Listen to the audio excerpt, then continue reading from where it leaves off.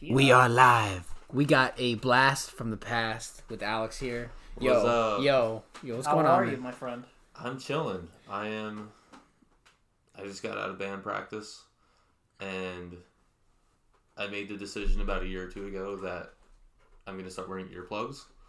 And that's a lot more helpful, because right now it would be a steady flow of over everything you say. So yeah, you're like the future of Eddie Van Halen, man. Don't outsell yourself. But yeah, how have y'all been? We've been all right. We are doing this. Yeah, going through the struggles. 10 at night, the 11 grind. at night. Yeah, the super grind. Pure grind. How's your band doing? You know, Doing fine. What's it like? What's it like traveling with like a band? Like, do you guys like travel, or do you guys like do different really. things? Like, you've been doing a lot of gigs, really, right? Or Fairly. Like, balancing it all together. Is it hard going from gig to gig? It depends. Like, we have a show this upcoming Thursday that's like in Asbury, so that's like not a big deal for anyone, but like all of us getting to Philly is an issue, and like we all work and everything, and like my band Balefire, they're all still in school, and like our drummer's in Nashville for the next 3 months, so it's like we're not really doing anything. We just kind of like the day before we left, it was like, dude, we have a song, let's just fucking record it. Yeah. And just get him to record it, and me and everyone else could worry about all the other stuff now while he's away, so we don't disappear. But then my band Kong that I just got out of practice with, we're just kind of still like a new band. Like, we only have like 6 songs. And how hard is it to like get everybody together to actually like This was the first time all 5 of us were in a room together, and like probably since our last show. Well, how long ago was that? I don't remember. That's not like good. December or something, but oh damn. We have like an EP coming out, so it's really like we're just waiting for that, but it's like kind of being a little bit long, but it's I noticed that it's really hard sometimes to get a bunch of people who have all these different lives going on together at this one place to do this one thing. Yeah, it's like our other guitar player, he goes to school somewhere in bumfuck Pennsylvania. So like he'll drive like 3 hours. Like he drove 3 hours for practice today, and today's Sunday, that means he has to go back tonight. So it's that, and just, like we all have jobs and everything. So it's, what's the word I'm looking for? A lot of the time it might just be me and the drummer getting together and hashing out ideas. Sometimes like FaceTime and just texting each other riffs. So it's when we all get together, it's kind of a big, like, let's try to get all of our ideas before, like, one of us has to leave or something, Yeah. I was actually thinking, earlier today, did you see the Grammy Awards? Or know anything about that? I didn't see them, but I don't watch them, but I see, like, who won and everything. Apparently they had, like, the lowest ratings, actually, in a while. That's what I mean. Like, I don't need to watch it. Like, there's no... I'll just wait till later and just see who won. I don't need to hear... Well, some Billie Eilish. Yeah, won some awards, but, she won 4, I think awesome. Death Angel got snagged for some awards. Who was in metal? Who won? Tool. I think it was Tool. Tool won. Tool for Tempest. I like Tool more than fucking Death Angel. But dude, that new I Death think Angel Tool album was was good though. I didn't even listen to it. I thought it was pretty good, man. I thought it was pretty good. I was never really a Death Angel guy, except for when I saw him live. I saw him live like 2 or 3 times. I was like, fuck, Death Angel's good. And then I'll go listen to the record, and I was like, this isn't as good as the live as they were live. So if they released a live album, I'd be totally into it. I think it's like the production of the earlier stuff that's like really cool, but at the same time it's just like super thin and just doesn't translate very well. Yeah, I understand that. But for like when you record, doesn't it give you a rush, at least in the beginning, like when you first like start actually recording your own music, doesn't it give you some sort of like rush of like, wow, I'm making things, you know what I mean? Yeah, that's my favorite part. Like you said, with shows, I don't really mind not playing shows because like they're stressful. It's a lot of work to get to go play a show, which like, at like the Brighton, where like we just had our release show there, and there was probably like 70 people there, which looks huge and everything, but at the same time it's just like, we did all this work for this, but it's like, I love being in like a studio environment, like not like a studio, but still like a recording and writing environment, just because that's where you get to be creative. Like, you still get to be creative live, because like I'm the type of person, me and my drummer specifically, and maybe I don't know about everyone else, but we never really play the same thing twice, which is both a good thing and a bad thing. It's good for live. On the recordings, it's kind of a pain in the ass for like editing and everything. It was like because I'm editing his drum tracks now, and it's like, man, this would have been a sick edit if he was playing that on the cymbal he was playing the last edit from. So it's a lot of just like mix and match, but it's fun because that, like I said, that's my favorite part is being in the studio. And I've been recording. You guys remember Zero Gravity? When the fuck was that? Yeah, I was actually. I wanted to When the ask you fuck about was that. that? That was like 2011, 2010. What happened to the? Well, that was Well, we just kind of broke up, but I'm Yeah. still cool. Like we were just jamming with Jack. That's cool. Yeah, That's cool. I always see on the social medias Yeah. always with at least one And of them. Steven's in my other band. So. Remember we were in high school and you're like, dude, I just got into this new band, Zero Gravity. I was like, oh shit, yo. But it was like He's back good at- then, like I was like fucking 14, and we lived in a studio in Long Island or Staten Island for like a week. We were like fucking. I was the oldest one in the band. I was like 15. Yeah. So our drum team was like 10. Yeah. I remember. And like we were just living in this, and it was like the room was no bigger than this room, but there's no windows. It's all black because it's a studio. Yeah. And there was just a bunk bed, a couch, and a TV. Our Steven's mom made like 18 things of pasta, like stereotypical Italian mom just made a shitload of food. We didn't eat any of it because we thought it was hilarious that the only place that was near there to eat across the street was this deli called BJ Heroes. And like when you're like 13 years old, that's like that sounds delicious. Like I have a picture somewhere on my Facebook of me just in front of BJ Heroes, and it was just like, but it was good. It was like $5 for a BLT. That was like fucking amazing. The days when a McDouble was only $1. Yeah. The days. I miss those days. But yeah, that's just the coolest shit. Cause like even though we never even released that because we're all poor, but we just sat there and just like played Black Ops forever, and we played Guitar Hero, and when it was our time to go record, we would just go record. And Is there any? When was the last Guitar Hero that came out? When was that? It was a really shitty one. I remember that. Yeah. They tried to I add know. like strings. Was it to the Guitar Hero situation. 5? I don't remember. No. They released it was like a new World one. Tour or something. No, they released a rebooted Guitar Hero with a real, like, trying to use like a real guitar or something, like how they what was it, Guitar Smith or something? Yeah. It was something Rocksmith or something. Rocksmith. It was like similar to that, and it flopped dramatically. Yeah. But like the thing is that like it's in first person. You're in first person as the guitar player.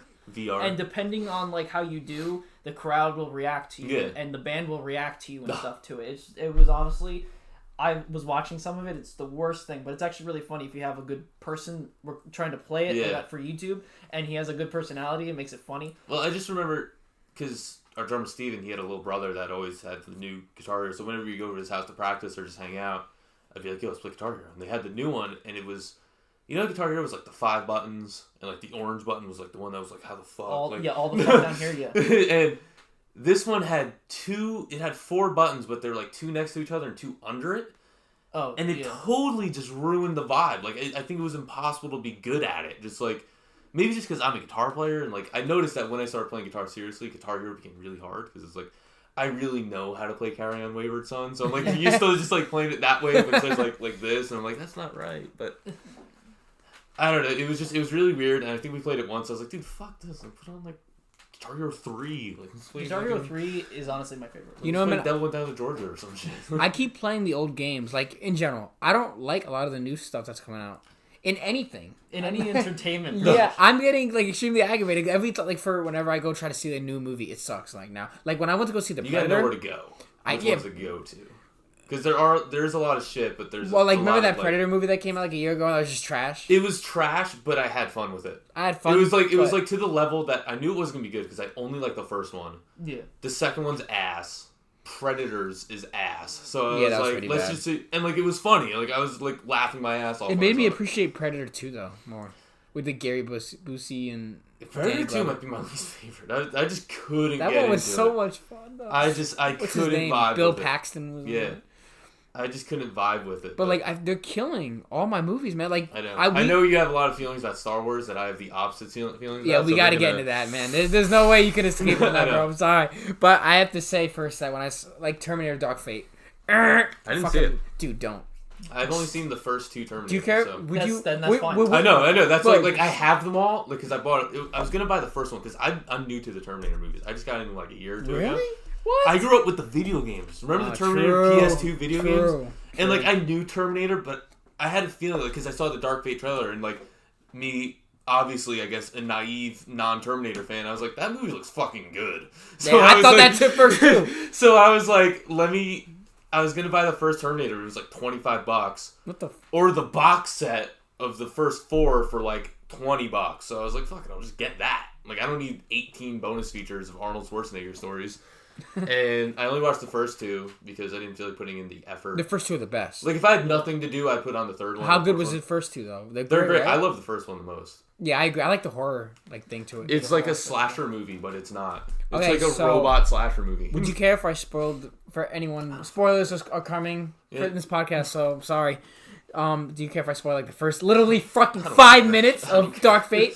So do you remember in the end of Terminator 2 how John Connor basically and Sarah, they defeat the bad Terminator and the Terminator sacrifices himself, thumbs up. Yeah. And John, they stopped Cyberdyne, they saved the world. Wasn't Christian Bale John Connor or something? That was Salvation, but that movie doesn't exist. Okay. So in the first 5 minutes of Terminator Dark Fate, first 5 minutes, I'm not even joking. It takes place like a year after Terminator 2 takes place, so like 1996. Sarah and John Connor are chilling at some bar. I guess they use some CGI to get Edward Furlong's face back. Yeah. So they're chilling at some bar in like Hawaii, and another Terminator just walks up, kills John Connor with his fucking shotgun. Just shoots him dead. And Sarah Connor's like, no! That's and hilarious. In the movie theater, I'm just like, no! Bro, you and Sarah Connor had the same... Because I remember that was a big thing that John Connor was... Not only John Connor, but that Furlong was coming back. But he didn't even come back. But honestly, why would you care about Furlong? Because when the fuck did someone last care about Furlong? Like American History X? That was like 2003? That was actually 1998. Yeah, okay, proving my point further. What did he do after that? He got arrested. Well, yeah. He like beat up his girlfriend. Like it's Edward Furlong coming back is not a good thing. Like he looks like shit. I heard he's a piece of shit in like IRL, but like yeah. But they said they were gonna bring him back, but then they didn't. I remember that was like the big timeline. It was like not only is the actor stuff like Sarah Connor's coming back, but Furlong's back. But he actually wasn't. No. So Terminator, this new Arnold Schwarzenegger Terminator, who was CGI'd to look younger, just like Sarah Connor. Yeah. He just comes in, shoots John Connor dead in this bar, fucking kills him. Sarah Connor's like, no! And then the Terminator just walks away. And then it just cuts like 25 years later. I was like, what the fuck is this? And it's not like that Terminator that's in the trailers, that's like, like the one that's in the trailers that was like, that guy looks cool. No, it's basically just another Terminator sent back in time because why not? It's the same shit as like Terminator Genesis, which we're never gonna watch. That's again. like the Cliff Notes version of Terminator 2 if Sarah Connor didn't work. But what they do is they basically replace John Connor with some girl hero who has no charisma either. Like it's not even like it's her character sucks. It's like nothing good about it. Yeah, so they replace John Connor with her, and then now she's the leader of the human resistance. Oh, yeah. What? Why'd you do that? There was no point. And the movie flopped for like basically that reason. Because they ran out of ideas 3 movies ago. So they tried to. So basically, they're taking all my childhood movies, Predator, and they're killing them, just like Star Wars. Which now we have to. Now we got to get into that. Okay. Okay. Why do you give me a list by list of all of your issues with Star Wars? I bet you I could chop them in half. Okay, let's go with the easiest one I can think of. In Rise of Skywalker, you saw Rise of Skywalker. Yes. Once again, spoilers. Heavy Rise spoilers. Rise of Skywalker, I thought was good. My least favorite of the 3. Well, okay, I can. That can make sense. It was really good the first time I saw it. Yeah. Second time I saw it, I was like, this movie's really long. Yeah. Okay, well, like, in the fact that Palpatine's back. Okay. Stupid. Why? Stupid. That's the dumbest thing. But the fact that they didn't explain it. They didn't even care. That's an issue. Like, it's clearly an issue. Like, they literally use a line from episode 3. The Force. What was the line they used? The dark side is a pathway to many abilities. Some consider to be I was like, first of all, you just ripped off George Lucas. Yeah. You couldn't come up with your own line. Second of all, the epitome of just like, because I don't think they're good movies. Like, I don't think any of the Star Wars movies are really like amazing. Not even Empire? Like, I love them. They're very important to me in my life. But if you look at a technical filmmaking standpoint, Empire is the only one that's like, wow, this movie. A New Hope, perfect. I would say. Right? Wouldn't you say A New Hope would be kind of like that too? It was revolutionary. It was important. It was the OG. It was very important. Yeah. But okay, I agree. That's stupid. Basically, that was my immediate thing when they said he's coming back. I was like, why? The whole thing is rushed. Rey is once again. I don't care what anyone says. She should not be a Palpatine. And I wanted her to be no one. If she can identify as a Skywalker, I could be a Betancourt. I could be a Peregine. Why not? Right? Why couldn't she just be? At least she should have just been an Organa or something. No, she didn't even know Luke. I was down for. I forgot what I was going to say. I was down for the ending of The Last Jedi when the little kid, the very end, when the little kid's like, "Hey, here's a broom." And like that like pulled everything up that Rey's just some random person in the desert that has the Force. But here's the thing. Now, J.J. Abrams was like, nah. Yeah. Fuck your movie. And then It was Disney giving their directors way too much Yeah, but they didn't... freedom. privilege. Well, the thing is that they didn't even have a plan. Yeah. That's what I mean. They just like, oh, this was too similar. Let's get a guy to do everything different. Abrams put out, like, because they didn't give Abrams a plan when he started. So he was like, okay, so I will try to make a plan. And then here you go, Rian Johnson. And Rian Johnson's like, fuck that. Cool plan. I don't think so. I will raise you to not do that. Yeah. So I'm going to just do this. And so he did exactly the opposite of the things that we were hoping to see for this next movie, which then kind of ruined it for a lot of people. Well, then Abrams came back because Colin Trevorrow just wasn't going to work out. No. And then he was like, oh, that movie doesn't exist anymore because I said so. It was just like the epitome of like Disney, Force Awakens came out, kind of universally loved, but the biggest issue that people have is that it's too similar to A New Hope. The original trilogy pretty much all together. Yeah, and then I think Disney was like, okay, we'll get Rian Johnson, and hey, don't do the same thing as all the other movies. So he was like, okay, and broke all the rules. And then everyone was like, nah, fuck that. So then they were like, okay, well, people dislike The Force Awakens less than they disliked Last Jedi, so let's just get him back on board and just tie it all up.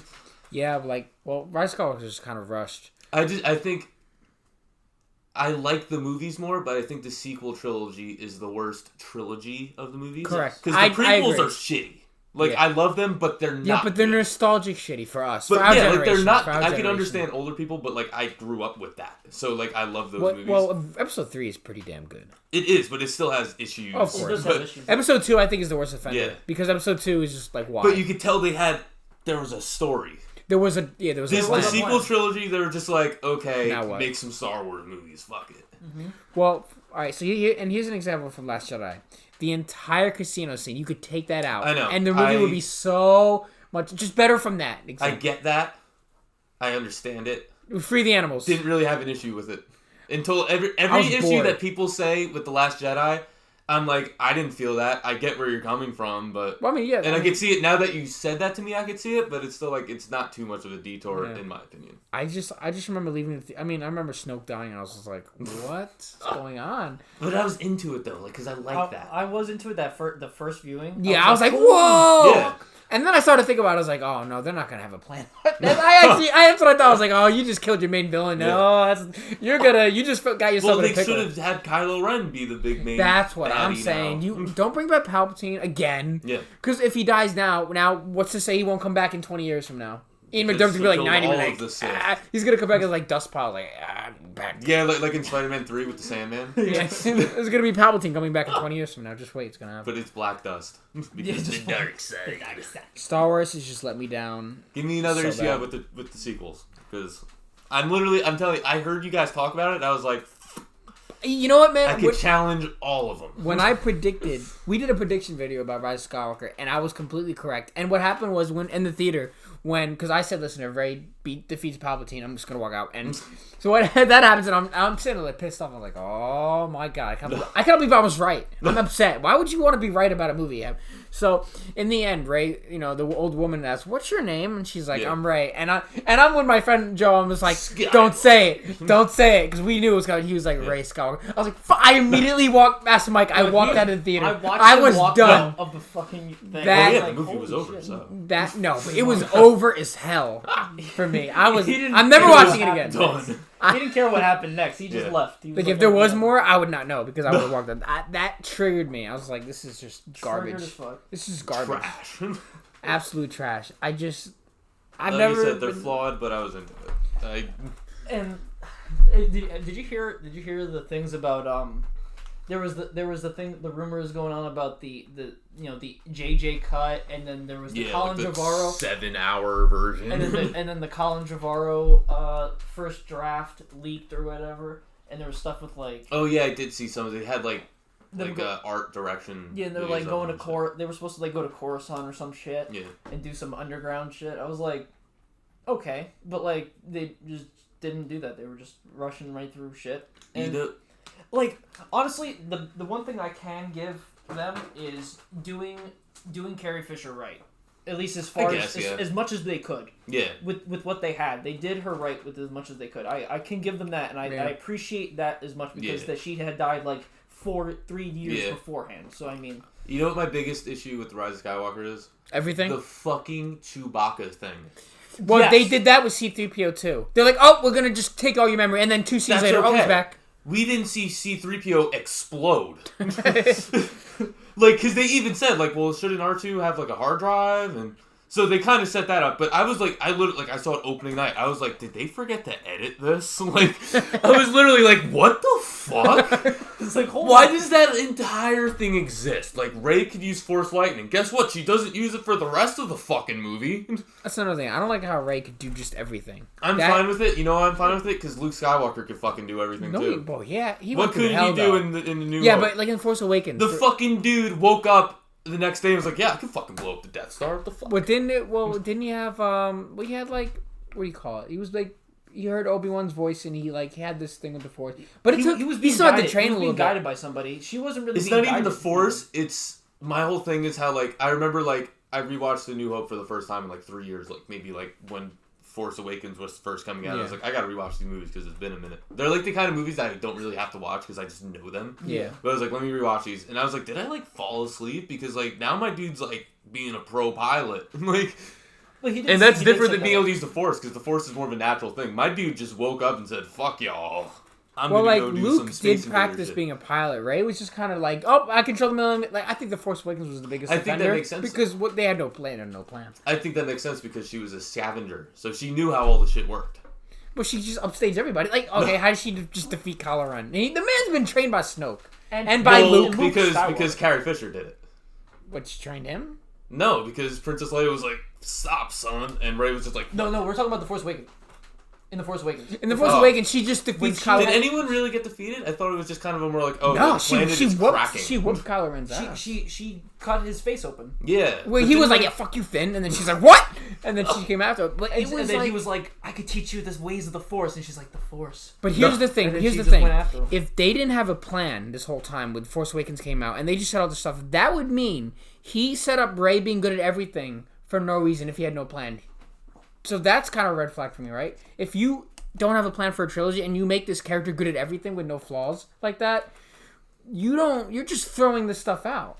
Does that make sense? I feel kind of the same exact way about Luke. Yeah, but if I'm being honest, like I feel in Empire, he went through hell. But what was he wrong? He was trained.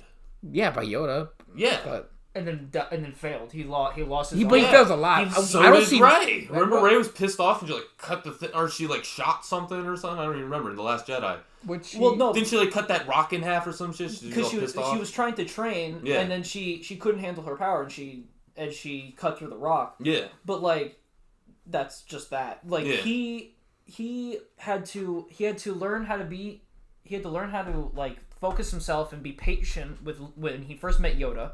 Yoda was like, yo, fuck this man. He said, fuck this man, I don't want to train him. And Obi-Wan was like, you need to train him. You know what that sounds like? Another issue you have? Mark Hamill in The Last Jedi. I did not like him. I mean, like, I like desertion is part of being a Jedi. Some of it. Yoda said, fuck.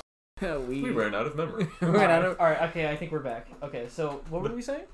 How long did that pop up? Is the same exact thing, and how desertion is part of the Jedi way. Yeah. Obi-Wan. Oh, yeah, what I was saying was that, in the, technically spoilers for the Clone Wars, but that's been out for like fucking half a decade now. Yeah. But, in the Clone Wars, like, Qui-Gon Jinn, because he, he's technically a Force Ghost, but he's not a Force Ghost, he told Yoda to go to Dagobah, to go into the cave, and, and all that stuff, and so, like, he knew exactly where he needed to go for exile. Yeah. And so when he did fail by not defeating the Emperor, he knew where to go to learn more about the fucking shit with, to become a Force Ghost. Because then he learned how to become a Force Ghost from the Force Priestesses, and who Qui-Gon had learned from before a Phantom Menace, and all this other shit. So, like, they kind of set that up in that, but they don't really set they didn't really set too much up because there wasn't really that much importance for it in the movies. Yeah.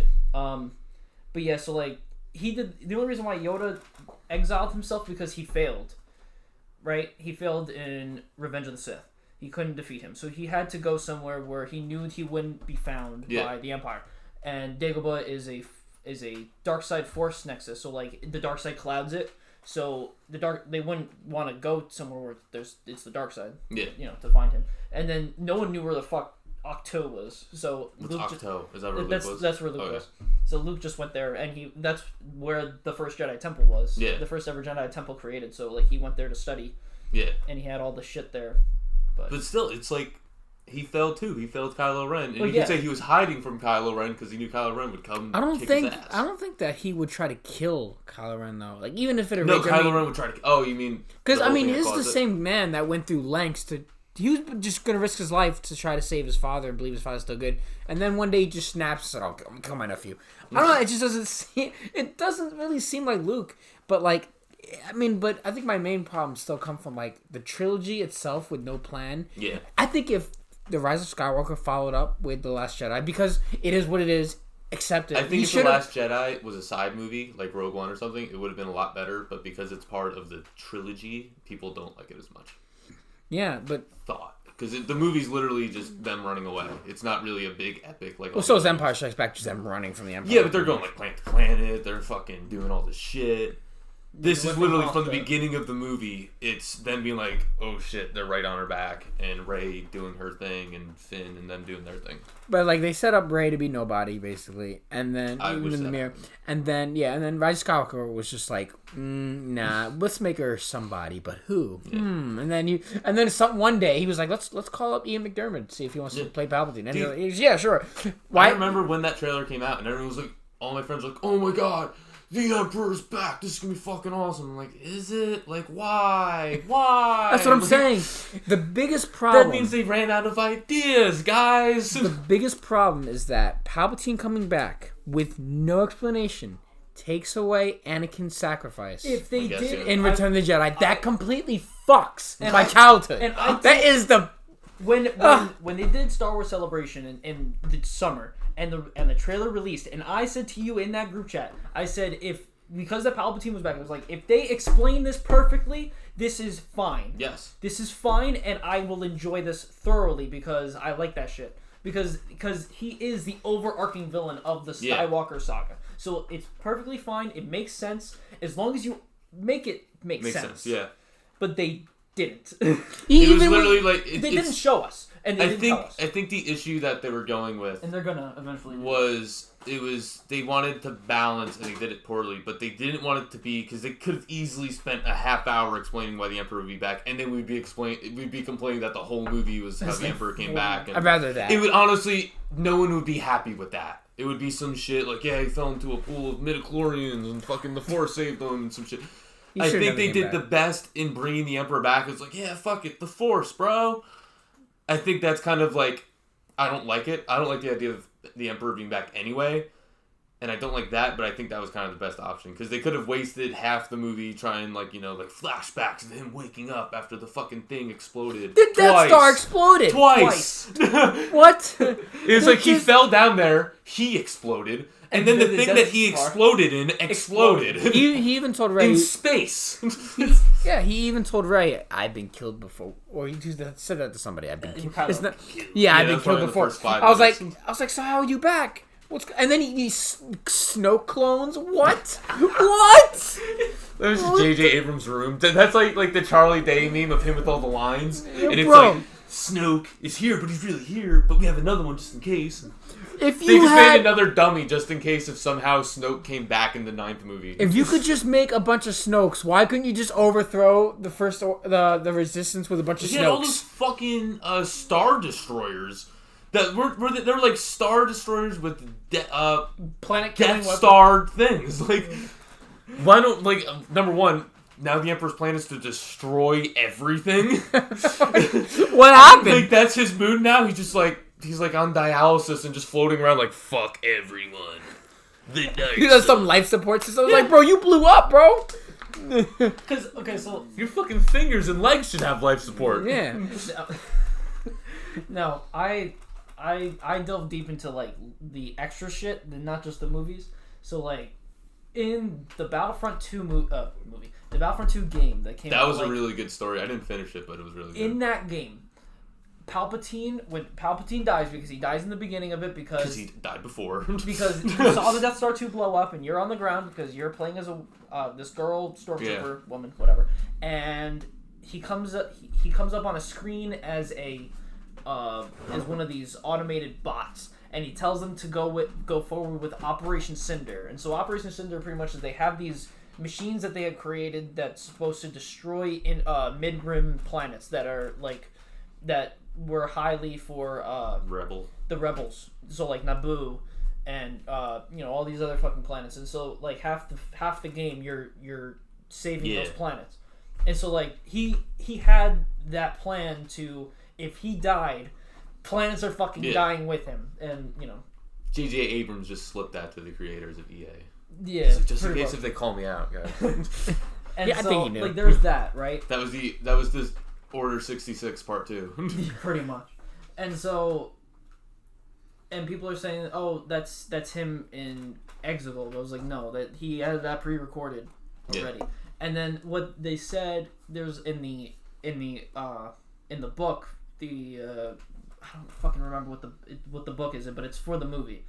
It's like an art book or whatever. And they say in that book that the people that were in the hoods that looked like it look like an arena on Exegol, they went to Exegol to use the Sith ritual, because they're not Sith, but there's like Sith acolytes or whatever. Okay. So like they follow the Sith like if they're Satan worshippers. Pretty much. They're pretty much they're pretty much like 14-year-old girls like wanting to save Justin Bieber, shit like that. And so like they brought him, they didn't bring him back to life. They created a new body for his essence or whatever that went into that body, because so that's why like he looks all shitty. Yeah. And like his eyes are white. He looks badass. And his eyes are white in the beginning. He looked like a fucking ghost. That was cool. Yeah. That was like the closest Star Wars ever got to like horror. I was like, that's pretty cool. Yeah, and the flashing lights and shit. Visually, these movies are great. It's just the story just hurts my brain. It's because there isn't really stories. Like, what's the story of Force Awakens? It's that. Well, that one. It's just them trying to find Luke. Last Jedi, like I said, it's them running away. One other inconsistency is like, and then Rise of Skywalker's like, okay, let's Emperor. Let's kill the Emperor now. Guys, let's go. Kill the Emperor again. Like in The Force Awakens, there was a scene where the Snoke was telling Kylo Ren, "We must not let them find Skywalker." Like he was kind of afraid of Luke. Yeah. And then Last Jedi was like, "Oh, we're gonna find Luke, we're gonna kill him." I was like, "Weren't you kind of?" It sounded like he was intimidated by Luke, but now he's like, "Oh, we're gonna kill Luke." I don't know. It's just there's too many hands. There's there inconsistencies. Should have been like one, because like the original trilogy is all different directors, but they're all under George Lucas. Yeah, George wrote everything. I don't think he wrote it. I think he wrote the overall. He had like nothing to do with Empire, basically. He wrote what he wanted. Yeah, like he had the story. Yeah, and he was like, "This is what has to happen. This is what has to happen." There you go. And then But then the director kind of tweaked some things, and dialogue was weakness. And then George, because I know George did some tweaking on it, and then because there was the scene where that Vader wasn't Luke's father that they had in there, because that they were going to switch it out to make it so that it was I don't even think that scene was in the script. No, there was a script. There were probably multiple scripts. There was multiple scripts for that reason, so it didn't leak, even though it was the fucking 80s. Well, because there's this story of the premiere of the movie when like Harrison Ford was sitting behind Mark Hamill, and the "I am your father," I'm not even about the "I am your father" scene. And Mark Hamill Harrison Ford goes like, "You didn't fucking tell me that." I don't know. The original trilogy holds like special place in my heart. It's iconic. They're just killing my movies, man. Well, George Lucas already killed those movies with CGI. Yeah. I know. Yeah. Episode 1 and 2. I still have my VHSs. Did you see the new Disney Plus version of A New Hope? No, like I said, I could unsubscribe to. So George Lucas, I don't care before he sold Star Wars to Disney, he re-edited. He made more. He re-edited A New Hope, just this one part in the cantina scene with Greedo and. He did like the shooting thing. He kept it almost similar, except that it makes it look like Han shoots first. But before that even happens, before any of that. After Han says, "Oh, I bet you have," Greedo says, "McClunky," before he shoots him. No reason. Before they shoot each other. What the fuck does that even mean? Okay, George. George was high. Why? Why was that needed? I only got the Mandalorian or a spoiler. I only got the Disney Plus for the Mandalorian. Now that it's over, I don't need it anymore. Did you see the new Aladdin? No, I'm not really big on Disney. That's what I mean. Like, I was just like, oh, the Mandalorian's supposed to be really good. Like, I got it in like 3 minutes. Oh, it is. Or really three. good. It's that's the only best good thing that Disney's done. Well, that's because Jon Favreau's on that shit. That's just because it was smart. like really good, and I guess they probably had a plan. Like there wasn't really. It was a TV show, and they handled it well. It wasn't too involved. It was very down to earth. Do you like the Marvel movies? Yeah. Which one is like your favorite one? Infinity War. You know, I was thinking good That's good what answer. that's We what talked I about was that gonna say. because I was actually watching it at work today because I could just fuck around. So Yeah. I just I was watching it and I was like, damn, just remembering how good Thanos was and how like he really is the best villain in the whole thing. Yeah. He really is. I mean, 'Cause Loki he's, is like in both second place. relatable and before. also just like absolutely insane and Yeah, like intimidating. But I wanted like I unlike really. a lot of the characters. But in the you're just MCU kind of rooting villains. for him. Yeah. Too. Well, that's what I mean. He's very relatable. Like it's like at the same time, it's like yeah, he's kind of He's right. also very charismatic. Like, Yeah. He's just like he's like the JFK. And like of- a lot of people say that like he was ruined in Endgame, but it's a different Nope. Thanos. Yeah, it's completely different this than is a Thanos that has not That's like 8 experienced years loss. before. Yeah, that was He is 8 not years ago. when Thanos. I think him sacrificing Gamora was like that was the biggest. Yeah. Like that was a big change. Like I loved Endgame, and that was a very emotional movie, Yeah. and it was a very good movie. That's my second favorite MCU movie. What's your third? But Infinity War was I have a Avengers. list. Oh, shit. yeah. Oh, it's Here we going go. now. I have a list. Yeah, but, like, I think I'm gonna have to hear this list. Because I was talking to Did I delete the app? Okay, hold on. Guys. I was talking Yeah, to because keep talking. while you find it, I was talking to Andrew actually earlier today, and he asked me about the Infinity War. What is better, Infinity War or Endgame? I told him Infinity War only because it can stand alone on its own. Yeah, it's its own Endgame good cannot. movie. My friend Craig that I do a lot of recording with, he's not into the Marvel movies at all, but his girlfriend is. And I remember we were laughing because she took him to go see Endgame, and he was like, "I knew who Iron Man was." Like, That was it. that's because he saw Iron Man before.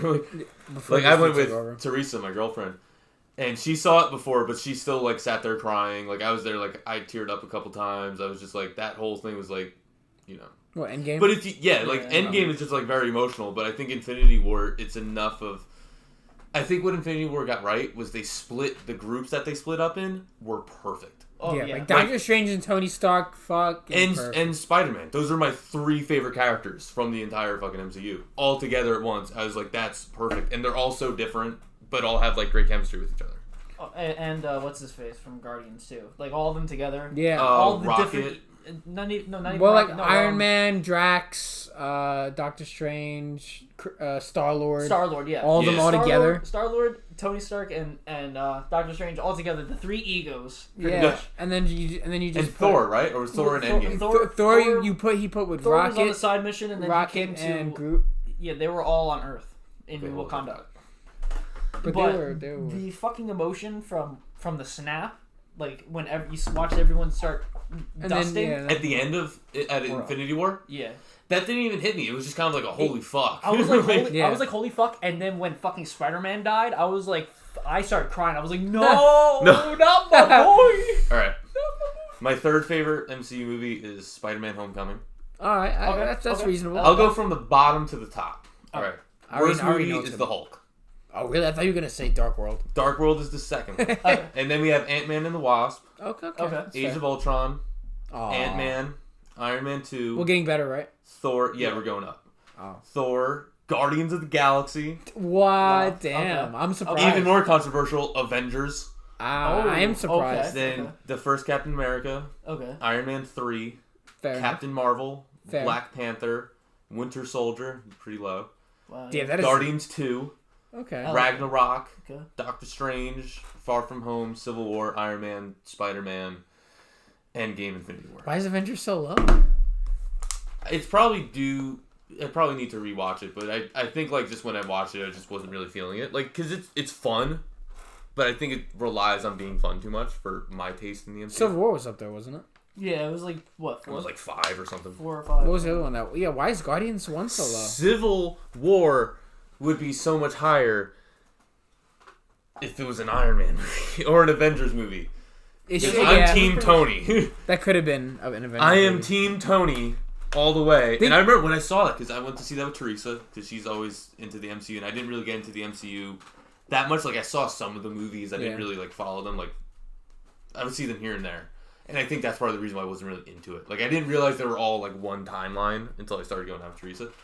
And I saw that. I was like, that was so wild. I don't know. Who's Bucky? Who the fuck is that? Like, so it was, like, an obvious, like, I'm not getting this at all. But then when I watched them all in order, and I was like, wow, that movie was fucking great. Like, that was an amazing movie.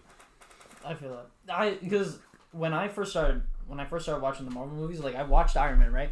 And then I watched Hulk. In theaters. Yeah, I watched Iron Man and Hulk in theaters, right? Then I did not see any other movie until Avengers, when, like, we had, like, 18 people with us. I think that's okay, though, because you're not that far in, and it's an all-together movie. Like, I didn't see Thor or Captain America. I think that's all I'm missing in that. Oh, and I saw Iron Man 2 in theaters as well, but, like, and that's all I had seen, so I seen that, and then I watched the movie, I was like, wow, that's great. And then I didn't see Iron Man 3 in theaters. I love Iron Man 3. And then we saw Thor: The Dark World. And then I didn't see really... I don't think because I didn't see Guardians. I didn't in theaters. I didn't see a couple other movies in theaters until... not Ant-Man, the one after Ant-Man, which was Winter Soldier. I saw the Winter Soldier. That was I didn't see any movie until the Winter Soldier. Yeah. And so, like, I missed a shit ton of fucking movies. And so I didn't see any of the first Captain America movie I saw was Civil War. Oh wow! Really? I actually liked the first Captain America because I like the 1940s setting. I like the first half of the movie a lot more than the second half. I like the origin story more than the hero story. Yeah, because I like Skinny Steve Rogers. Yeah. I just like that arc. I think that because it's not like the hero side wasn't good. It was just like 10 out of 10 for the first half, like an 8 for the rest. You know what I mean? Like I wasn't into the rest of it, like the whole Red Skull thing. I think it was kind of cool. Pretty cool. I like the doctor that gets shot when doing the I experiment. don't even remember. This guy. He was the doctor that pretty much like took on Steve like to do the experiment. Yeah. And then he ended up dying, pretty much. When's the X-Men coming in? Because the X-Men kind of sucked. Oh, Dark Phoenix. I didn't see Dark Phoenix, but don't. Yeah, no. Don't. Favorite X-Men movie? I have a list for that, but oh shit. My favorite, I guess I'll go over, is definitely Days of Future Past. It's either that. That is so. It's epic. either that one or First Class. No, the first X-Men 2. X2. Oh, yeah, X2. That was pretty good. Yeah, I saw all those. The opening scene with Nightcrawler at the White House, that movie's fucking awesome. Like Days of Future Past is just awesome. Like, just Days of Future Past is literally Terminator 2 on steroids. I watched Days of Future Past because I bought a box set of all of them because I haven't seen the first 3 since I was a fucking kid. I didn't see any of the sequels, and I was just like, one day I was like, I'm gonna watch all the X-Men movies. I have nothing to do today, and I'm gonna take advantage of it. And by the time I got to Days of Future Past, I was like, what the fuck is going on? Well, because you probably saw The Last Stand, you were like, oh. I didn't really like The Last Class. No, nobody did. I liked the third movie. Just, I guess, nostalgia. It was big and fun and epic. And just... Don't you know who I am? I'm the Juggernaut, bitch. What do you do when you're like fucking 9 years old? That's awesome. I was like, yeah, what am I watching? But like Days of Future Past, when I saw that, I didn't think it was gonna be good. Then I was like, whoa. And it was scary because the Sentinels are killing everybody. I was like, whoa. And I think it was just too much for me after being fried after like 4 other movies. And like we thought it wasn't gonna be that good because we saw the Wolverine in theaters, and in the end credit scene, we see Professor X is still alive. Professor X is still alive, talking to him. I'm like, bro, what? No. We were like, oh, this is not gonna be good. We don't know what's going on. Then it fucking happened. The biggest tease was at the end of the Wolverine is the one that's in Japan, right? Yeah. The after credit scene when he opens up the suitcase and it's the classic suit. Yeah. But they never did it. I was like, that's so cheap, bro. I know. How you gonna do that? And then timelines got all fucked up. But Apocalypse. Logan though. Logan is a great movie. Logan was really good. They need on its own. They need more rated R movies like that in Deadpool, and they need to do that. Yeah. What I heard about isn't Deadpool, the new Harley Quinn movie rated R? It's probably gonna suck, but isn't it rated R? No. I don't think so. But I know Obi-Wan Kenobi is the bad guy, so. Oh, I was like, what? That's not the same people. What I've been hearing about the reviews, they've been mixed, but more towards the positive side. Okay. So as far as I've been seeing, so I mean, like, I don't really care. Like I was saying to you earlier, like I don't really care about this movie. Like it's just Margot Robbie being a slut. Suicide Squad sucked. Justice League sucked. The best movies that DC made were fine. Like Wonder Woman was fine. Aquaman was fine. I didn't. I see feel like Shazam. Aquaman was like a throw off of Black Panther. I didn't see Shazam Yes. either. I don't know why I'm not motivated to see Shazam. I should be. Shazam's Right? supposed to be really good. I heard Shazam was good, but we just haven't had the motivation to actually Yeah. watch it. Same with It Chapter 2. No motivation. It Chapter 2 sucked. Yeah. Yeah, I I have a no- review for that. And Yeah, I like the saw some more of and more that. I see, I just remember I'm like that movie wasn't good. Like it was like like when you really hype for a movie and you're just kind of like Yeah. probably you with the Star Wars movies and you're just in denial. I was like that movie didn't suck. That movie. That was That was me you? the first time That I movie saw was Last fucking Jedi. good, And bro. the last time we I saw, was like, wow, the Last Jedi when was you a saw great Glass movie. too. When you saw Glass, I didn't see that. I don't care. Did you see Split though? Yeah, I saw That was Split. pretty good. I like Split. You I didn't saw- care. I never saw Unbreakable, so I didn't really care. Dude, enough that's to actually a really Glass. good movie. It's Yeah. really underrated, man. It's like it's slow, but it's good. I know Chris Stuckman says that's his favorite quote superhero movie. Technically, it is a super. Yeah. It's like one of those underrated. Like not too many people know about it, but Yeah. the people who do, they acknowledge that it's really good. And then Glass is like, oh boy. Yeah, I heard because Josh told me that because he saw it. But It Chapter 2, I saw that like opening night with Teresa and Josh, and we were just leaving. It was like the movie ended. First of all, the movie was like 3 hours long, and it feels it. Like Endgame was 3 hours long. That one like that. Yeah. Like, and I'm someone that has to pee at least twice in a 3 hour movie. The whole telling time I was me. just sitting there, just You're telling me. I was into it. When I saw It Chapter 2, I was like, I'm not gonna pee because something good's gonna happen. I'm gonna miss it. And it was just like the same fucking thing. They could have made that movie in 2 hours, but it was just like fucking forever. And we were leaving the movie just like I turned to Teresa and I was like, that wasn't good, was it? Like that was kind of bad. It was Like, slow and boring, like with the whole Ben and the Well, girl. the I don't issue- fucking remember the girl's name. What the fuck? Bev. The Yeah. issue, the biggest issue with that movie was the fucking 45 minutes of flashbacks that were the same exact scene for 45. It was like one of them goes around town and goes to the old place they used to hang out. Oh my god, it's Pennywise. Goes back to the hotel and says, I'm going home. It was that for 45 minutes with every single character. And I was just like after the third one, I'm like, this is so bad. And like the ending was like kind of worse than the original one, like the 1991, Yeah. which is like a classic, but still like that ending is pretty bad. But this one left me even more just like, wow, that's not that good. It's like they just gave up. They were just like, oh, we got him by the balls now. They're gonna pay for it. I think it's too much of them being like, oh, we need everything in the book because there's going to be like 40% of people that say this wasn't in the book, so it's fucked up. It's like, I read the book. I don't give a fuck. That book kind of isn't that good either, but there's really good parts of it. Like, Yeah, I mean, I just don't. They're really trying to force all this stuff into you these see it. movies. It's 3 hours of a clown going, bleh, and some dude going, ah, and The running first away. one had it. The first one was First just one's fucking great. yeah, the Like first, the Yeah. new one? yeah, the first, Yeah. the first, like was like good. in that scene where they're in the garage and they're watching the old tapes That and you was see great. Pennywise. Like that was creepy. That, That was was actually. so good. That was But good. the thing is that the first one made sense because it's just kids. They can't get out of town, you Yeah. know. But in this new one, they're like, well, "Should we stay?" Like, no, and then they just like, "Well, we should stay because it's the right thing to do." Like, man, you guys would have all been out in real life. They would have been like, Yeah. "Nah." I'm gone.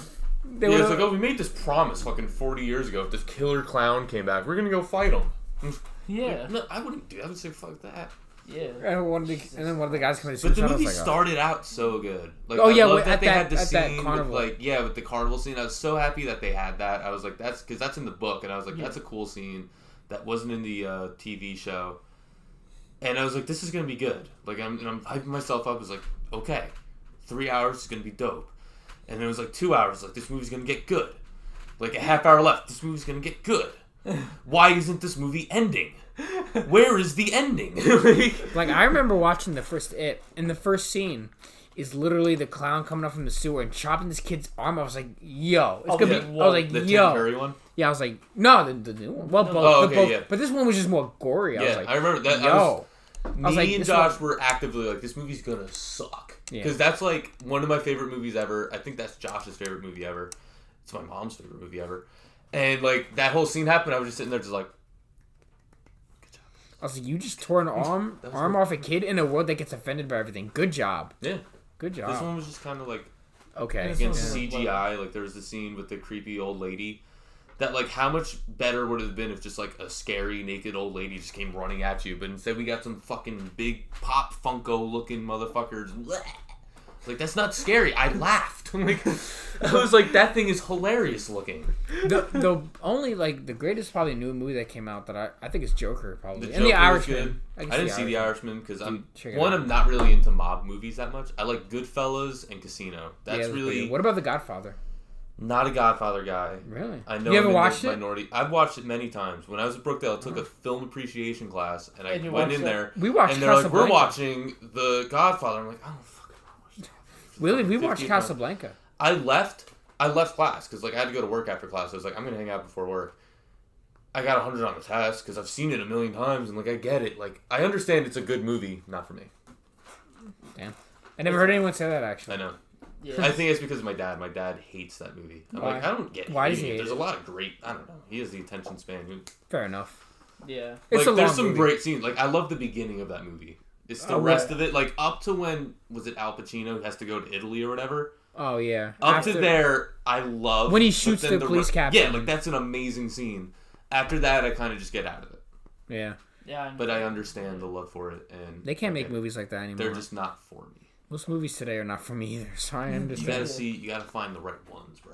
It's hard, man, because they're Like, not I'm a coming big up. horror movie guy. Yeah, they're not coming up with any good ideas anymore, though. There's some good ones, like The Lighthouse that came out last year. I heard yeah. The Lighthouse was really good. That was tied with The Joker for my favorite movie of the year. I'm saying like I'd give it to The Joker because The Joker is much more of a watchable movie. Did the Joker freak you out when you first watched it? Like, did it make you The whole uncomfortable? time I watched it, I was just like, "This is fucking good." Like, Did it make you uncomfortable? It shouldn't have been as good as it was. Yeah, Yeah, you're right. It's like it's one of those movies that's just it. Like I heard there's gonna be a Joker movie. I'm like, why? Like, what the fuck? Yo, Yeah, I that's said it what was gonna he said. suck. I was Yeah, like, and he then said, Joaquin "Let's- Phoenix came on, and I was like, this might be good. And then like trailer started coming, and I was like, this is probably gonna be good. And then we went to see it. I was like trepidatious, but I was like, that was fucking good. the Like, moment it I was- knew I loved the movie is when he's in the mansion trying to talk to Thomas Wayne. Yeah, or like And- the Opera House or whatever. Yeah. And he's like, listen, I'm your son. And he's like, what the fuck? Your Yeah. mom's just crazy. And he was like, ha ha. He's like, you think this is funny? Fucking decks Yeah. in the face. And I was like, and he's like, I was like, I actually felt bad for Yeah. him. I was like, This damn. is One of this movie's hurting me.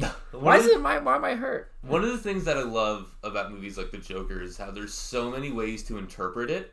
Yeah. And like they all check out. Like I like watching the movie straight as it is. Yeah. You know what I mean? But like there's so many things people will say like, "Oh, this didn't happen," or "This was actually meaning this," and it was like that checks out. Like that's legit. I believe you. Yeah. But at the same time, I still actively believe in the way I watch it. Yeah. So there's so many different ways to interpret it, and it's just like I feel like it's like that because of in the comics or in that I think it was in the comic, the Killing Joke comic where he's Yeah. like my origin is multiple choice Yeah. or whatever. So like people can depending on how they perceive the movie yeah, is how they perceive it and that's how they believe that Well- his origin is. And there could be multiple different origins. this from is the one movie. Teresa's theory on it. Is the end of the movie when the one guy kills Thomas and Martha Wayne, whatever their names were. Yeah. Teresa believes that was Jack Nicholson from the Tim Burton Batman movies. Yeah. And I'm like, that would be sick as fuck. I don't subscribe to that, but that would be cool. Because, you know, like in those movies, like the Joker killed his parents. Yeah. So I'm like, that 100% checks out. Like, because that could be legitimate. Not personally for me. I like Joaquin Phoenix being the Joker, but Yeah. I'm into it. My fucking favorite scene from that is when he's sitting on the show, like sitting on Yeah. the show and there's the guest and he just fucking kills him. No. Fucking kills the guy right in the fucking face. I was like, Fucking deserve. "Get what you fucking deserve!" No, the best was when I he was was like- on a... I was like, "Holy fuck!" I was like, "This is great." He was on with like Jimmy Kimmel or something, and Jimmy Kimmel was like, "I don't really want to do this interview, man." Like, and like that was before the movie came out too, so like it was like, oh, I guess he's just kind of wigged out by Joaquin Phoenix. But then watching the movie, my favorite scene is the apartment scene when he first, because I think that's when he's like the Joker, when the little guy and the big guy come over and he just beats the shit out. There's a scene that's so subtle, but you see the whole movie. He uses the padlock to lock his door, but when he sees the little guy and the big guy walk in, he uses the chain lock. Yeah. And that's just like the Joker thing. Like the little guy can't reach that. Yeah. So like he's gonna have to get up and go over there. It was like that's such a great scene. Like just the cinematography. Like I'm getting chills. The cinematography of like the Joker just sitting there with a cigarette, with just the blood splatter all over his face was just such They're like, I don't Great. smoke cigarettes, but the Joker made me want to smoke cigarettes. I don't know what that means. The Joker made me want to obtain a nicotine addiction. Like, I it just love to have legit. nicotine in my Maybe when I system. can smoke a cigar, so I'm like, yo, I want to be Joaquin Phoenix right now in Joker. That was just like, I don't know. That was one of the wildest. But that's what movies early for me, New York was unsuspected. like in the 80s. Yeah. Pretty much like just garbage everywhere. Everybody smoking cigarettes. Well, they did it in Newark. That's They kinda just what they didn't Newark's mention like. they didn't mention the AIDS in the movie, but that happened Yeah. too during that time. That was a great movie. But like I said, it was that, like, my other favorite movie of last year was The Lighthouse. And that movie's fucking insane. I have a review for that. It's like I said, I'd give the edge to the Joker because the Joker's much more of a watchable movie. Yeah. Because this was like black and white, 45mm film, and very just atmosphere and just. It's one of the creepiest, weirdest movies I've ever seen, but it was another one of those movies. Like when I was leaving with Teresa, I was like, was that good? Like, I don't even know. Yeah. Like, and then I saw it like a week later with Josh, and I was like, that was fucking great. Like, that was a masterpiece. And there's just so many movies that are like that. Like, I remember, like you were saying, with like movies being bad and you just not wanting to believe it was. It's mostly Midsommar. older movies that they try to recreate, but they Not just, even like newer ones. Like Midsummer came out, and I was super hyped for that. Cause but like a lot of Hereditary's reboots one and my favorite. remakes. That's where the big problem is. I always come in knowing like this probably isn't going to be good. Like, but they surprise me sometimes. Like the first Child's Play just got remade. Did you like that? Great. Yeah. I liked it once I haven't seen that yet. That's why once can't I really accepted comment. the fact that it's not going to be like the originals. Because like if you go in knowing that, it's great. It's not like Chucky saying "fuck you" and everything. It's a different Chucky, Yeah, Yeah. we'll talk and it about was that. really good. It was really. It had great kills. It had great like it made you feel bad for Chucky. Like it was good. I haven't seen that yet. That's why I can't. It was a like- good one. But it was another thing, like, why is the Emperor back? It's like Chucky happened because a disgruntled employee was like, fuck the safety procedures. And Yeah. just took them off and shipped it out. Oh, But it was good. It was surprisingly good. Yeah, I like to be surprised. Like Joker surprised me. Yeah. The Irishman surprised me. Actually, you guys. I mean, you're not. I in can that watch movie, it. but It's if just you were, like, it's the type of thing is in like 3 hours. I And know. I'm If probably some not movies- going to be into it. Maybe one day if I'm bored, I'll check it out. some But movies can do that, but some movies just fail epically. it's like, I've seen enough of Robert De Niro and Joe Pesci together. It's just Yeah. like, okay, they're going to do the same fucking thing. And Pretty much. they're probably Yeah. going to get someone whacked and Joe Pesci's going to get fucked up. And It's a surprise. I think Casino's the best movie that's like that, though. You see Casino? Yeah, I think Goodfellas is a little bit better. Goodfellas is good, but I love the intensity of I Casino. love when they hit the Yeah. Oh, that was good. And when they're squeezing the guy's head. Yeah, I was like, that movie's sick. I love it. they're long, but they're good long. Yeah. Yeah. Talk about let's talk about your channel. My YouTube Yeah, channel? your YouTube channel. I I love the name.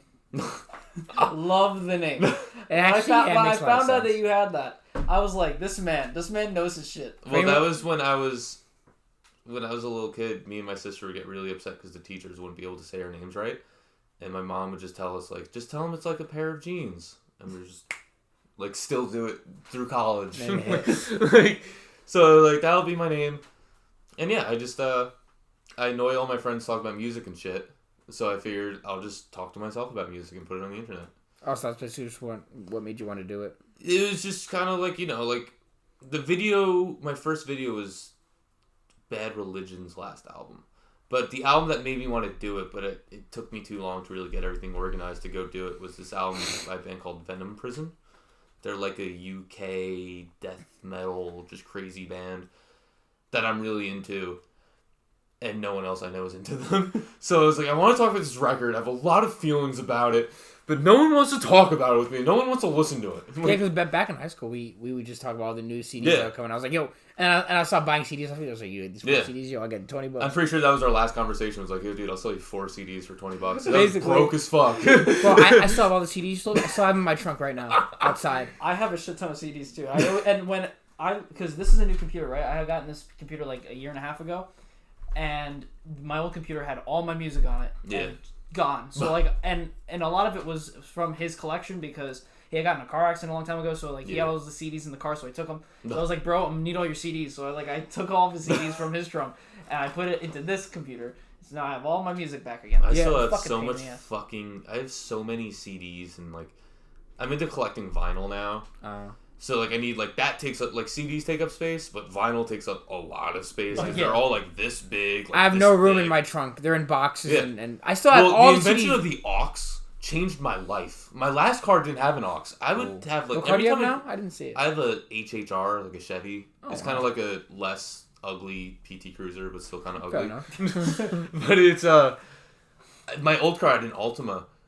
Every time I clean my car, I'd want to take out all my CDs just because like I would be good for like a week. I'd be like, I'm gonna take 10 CDs and this is all that's gonna be in my car. Like I had like 3 compartments I could put them in, and that's it. But then I'd buy a new CD and wouldn't have room for it, so throw it in the back seat.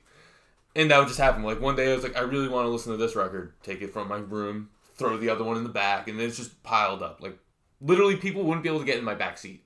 Like we'd be driving places and it'd be like, yeah, just move the CDs over. They might fall on you, but it's okay. I don't really care. But once I got this car and it had an aux, I was like, holy shit, bro, this is amazing. I know what you mean. Because I have the iPod Classic, Okay. so it's got like 160 gigabytes of just. That's where I have I all just my use music. Spotify. I just use that for all my music, and then like I'll have like a little bit on my phone, Yeah. and then I have a Spotify that I'll use if I don't have like if I want to listen to a new album that had just come out before I buy it, Yeah. because I need to make sure I know what I'm buying. I want to make sure it's good. That's what made me get Spotify. Yeah. Like there was an album by this band called Mutoid Man, and I was like, I don't have $12, but I really want to listen to this album. Yeah. So I was like, let me just get this free trial, and then like it expired. I was like, fuck, like, I'm still broke. I recently I had watched the video you did about with all the discography of Cannibal Corpse. Oh yeah. I was like that was a good one. I enjoyed that one. Yeah, I watched some of your Tool.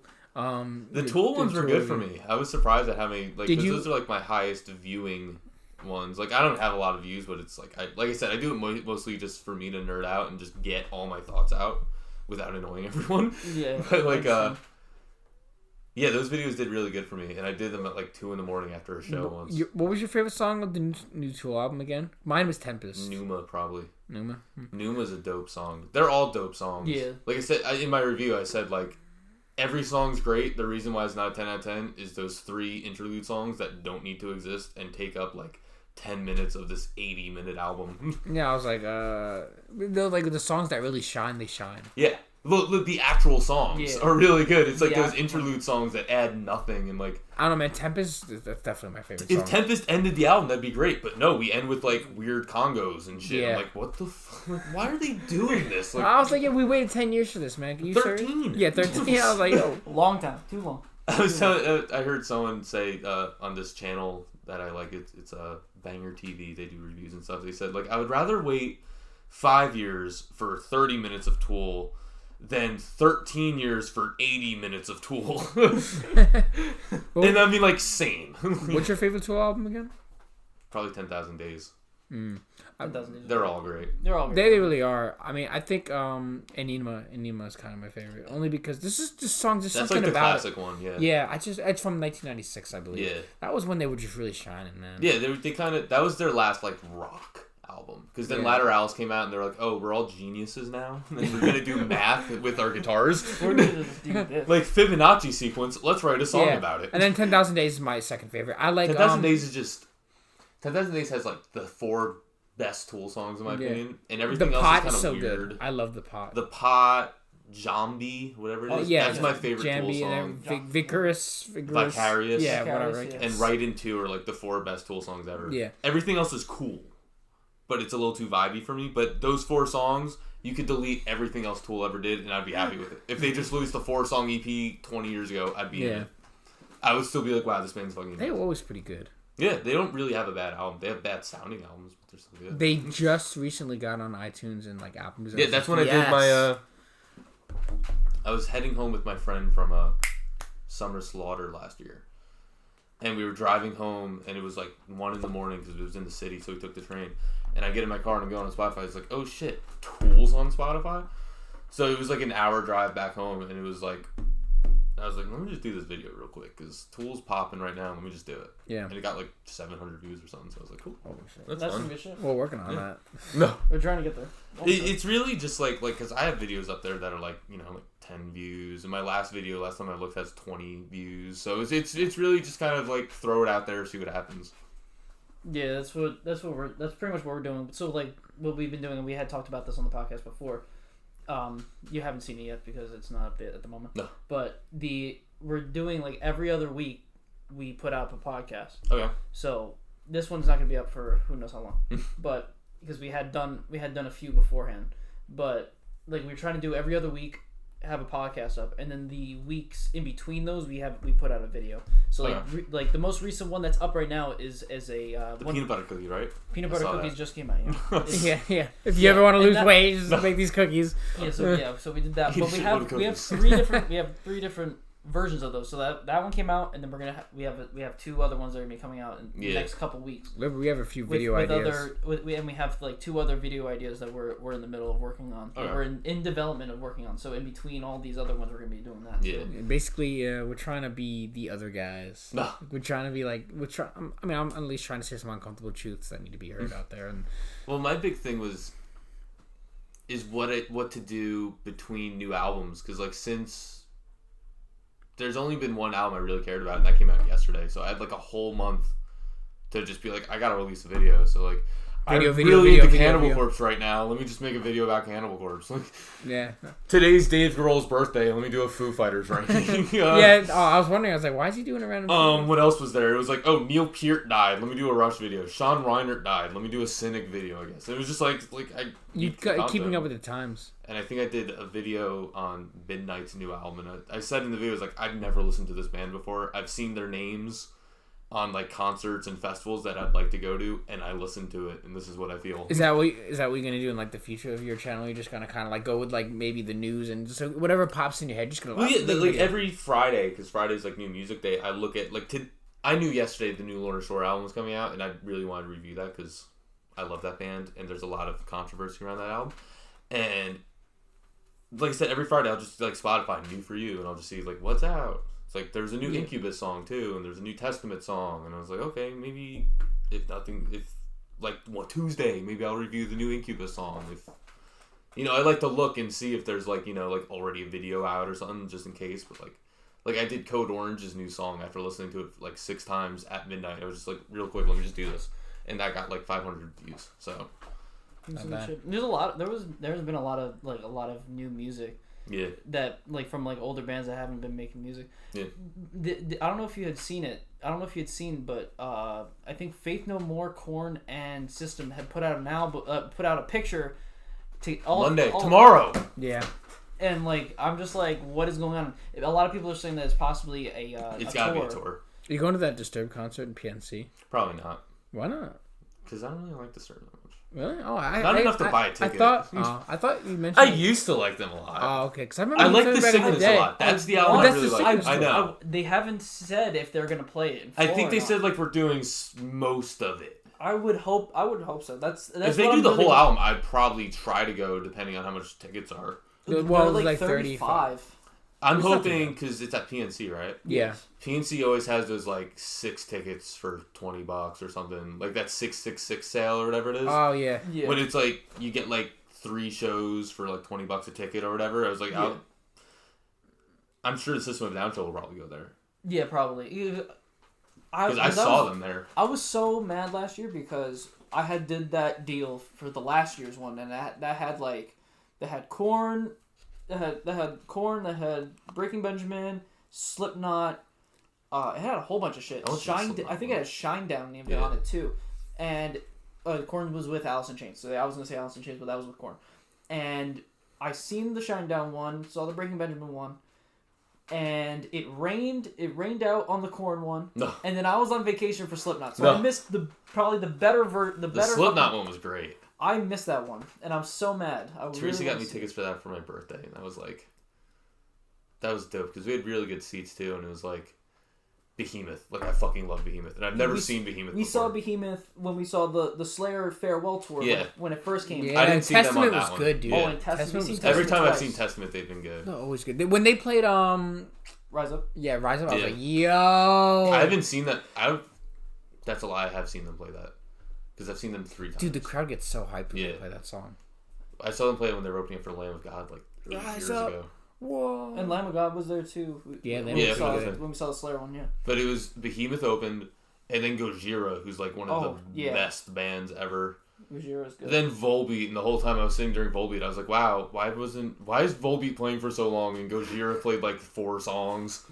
And then Slipknot was great, because I haven't seen Slipknot since Paul Gray was in the band. Like, what did you think about that? I thought they were really good. The new album's fucking great. Oh, I might like the new album more than the first album. I love this album so much. Yeah. I think my favorite Slipknot is probably still like Iowa. Iowa, there's something about it. The man, biggest glow up in my entire life was me not liking Iowa until last year.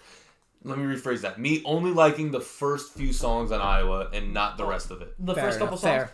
The Metabolic People to Shit, me. Disaster Piece. What's the other song that's like Suffer? The Shape. The Shape. That's The Shape. What else is on? My the Plague. 666 song. My Plague. The Heretic Anthem is the 666 song. That was really it for me, and the title track, because that song's just creepy. And Iowa at the end. Yeah. And then, like, when the Slipknot stuff was coming out, I just kind of really got into Slipknot for some reason. And I was getting my friend into Slipknot, too, because he wasn't really into them. And I was like, let me re-listen to Iowa. Because he said he listened to Iowa, and he's like, dude, that was fucking perfect. Like, it's one of the best albums ever. And I was like, I don't know, I just never really liked it as much as the other ones. Like, I liked it, but not as much. And I re-listened to it. That was, like, the only album I listened to for, like, 3 months. Until the new Slipknot album came out. That was the one I was like, wow, this album is just... I don't know, man. Iowa definitely is my favorite. Then number 2 be probably either the first album, or was it the one with Volume 3? That was my favorite for a long time. It's my second favorite now. I actually Before I Forget is so good. I did a Slipknot ranking, and while I was editing it, I was like, I gotta do this again, because like I was watching like what I said about Iowa at number 2 and Volume 3. I was like, those gotta switch, because I talked about Iowa for like 5 minutes, and I talked about Volume 3 for like 3 minutes. So it was like, I obviously like Iowa more, so I just like re-recorded the whole thing. Because you know, it's so funny. What do you think about the song "Metabolic" on Iowa? Is that the is that song? It's just, I think it's the song just before the title track, and it goes, and it's like it builds up and it goes super fast in the beginning, and then it'll start to slow down towards the end. I'm trying to remember. I know a songs. Where it's pretty much he just starts screaming. He's like, "Gone." Oh, fuck, I don't remember the lyrics. No. But, one thing I noticed since I've been driving, since I started driving, I don't know the names of songs anymore, because I can't really like pull over my phone and be like, what song is this? It's like when I pull over, if I remember to like go back and find out what the song is. Because you just know so much songs. That yeah, we have like 100,000 songs in our brains. It's just like, yeah, I really like track 5, whatever that song is. Yeah, I'm pretty sure it's like track 10 or 10. I'm sure I know it and like it. Yeah, because like when I heard Orphan on the new one, I was like, this has metabolic vibes all over it. And I was so in love with that song. I'm in love with fucking Orphan. That's like a great song. My favorite song off the new record was Nero Forte. Oh, and yeah, that's number 2. Good. That's number 2 for me. Solway Firth was really good. Number 3. Solway Firth is probably the heaviest song that they've done in a while. Yes, I think Solway like Orphan's heavy too, but it's not like heavy all the way through. Yeah, Solway Firth is just like heavy all the way. Yeah, it's just like dope riffs. Because like Solway Firth technically doesn't really have like actual choruses. I feel, but it kind of does. It does, but it has like the riff. Yeah, not it has really the riff a vocal for thing. Yeah, it doesn't have like a vocal chorus. Yeah. It just has like a riff chorus, and like you don't even know because you're just going through it like fucking crazy. Or like Orphan has a really good chorus. I like the chorus. I like how it sounds. Yeah. And it makes sense. And then I like that in the song they just go right back to it. Like after it they just fucking hit it. In Metabolic they don't. And that's why I love Orphan more. I was like, they just made that so much better. Yeah. Honestly. They just like, I don't know. They're one of those because 5, whatever the Gray Chapters. Oh yeah. That's my least favorite album by them. So when they were releasing another album, Unsainted came out. I was like, this is cool. Well, All Out Life came out, but that's not on the album. But I was like, that song's really good. Yeah. And then Unsainted came out. I was like, that's cool. But like, remember Corey Taylor was like, this album's the heaviest shit since Iowa. I was like, is this the heaviest shit since Iowa? I don't know about that. I think All Hope Is Gone. Maybe a little. All Hope Is Gone gets so unnecessarily hated. That album is so good. Oh yeah, I never hated on that album. I mean, Sulfur. They hate that album. Every song. They hated that album because of a lot of shit that went on behind the scenes that we don't really know about. it was like, yeah, like that album did well. It doesn't work that way. It's like, get the fuck out of here, clown. Dude, You're like one of the least important members of the Sulfur band. is so good. Sulfur and Gematria. Psychosocial. So, Dude, the beginning of Killing Gematria- Name. Oh, dude, that was such a What good else? song. Gehenna is such an underrated song. Yeah. What was the other one? Fuck. I know, and that was voted the God damn worst Slipknot song. Yeah. Wait, I what was did? like, get Because the I feel like Gehenna. they look at that name and they're just like, I don't want to listen to it. Vendetta is good. Yeah, that's the one with the be like. Fuck. Even the drum solo in the beginning, I was like, execute. Oh, I was like, yo. Execute. Fuck. I was like, why is this? Why do people hate on this? Yeah, I miss Joey Jordison. Like, I love Jay, but Joey Jordison was. Jay is good, but This Cold Black, Wherein Lies continues. And then Yeah. and then you have Snuff, just sad. Snuff just sitting Snuff Such makes a you great- Snuff makes you want Yeah. to drink whiskey. I remember that Die. album came out, bro. Which one? No, it's like Snuff just makes you want to die. Yeah. Actually, when Dead Memories, Dead Memories, That whole album that was is the such a first great song. album. And then Psychosocial just pretty much just teared up everything. And Yeah. Everyone's just that's just a song that's so memorable. It's just one of those albums that like you could even tell. Oh, Metabolic is the last song. Oh no, before Okay. it's track 13 before Iowa. I'm sure like if you played the first few seconds, I'd be like, okay, it's that because I think yeah. Yeah. Copyright. Copyright. It's alright. It No. wasn't even like a You second. got 30 seconds. That's it. I had 1 second. So we're Is that really what happens? Like, how do they do I that? think the technical law is because iTunes has previews.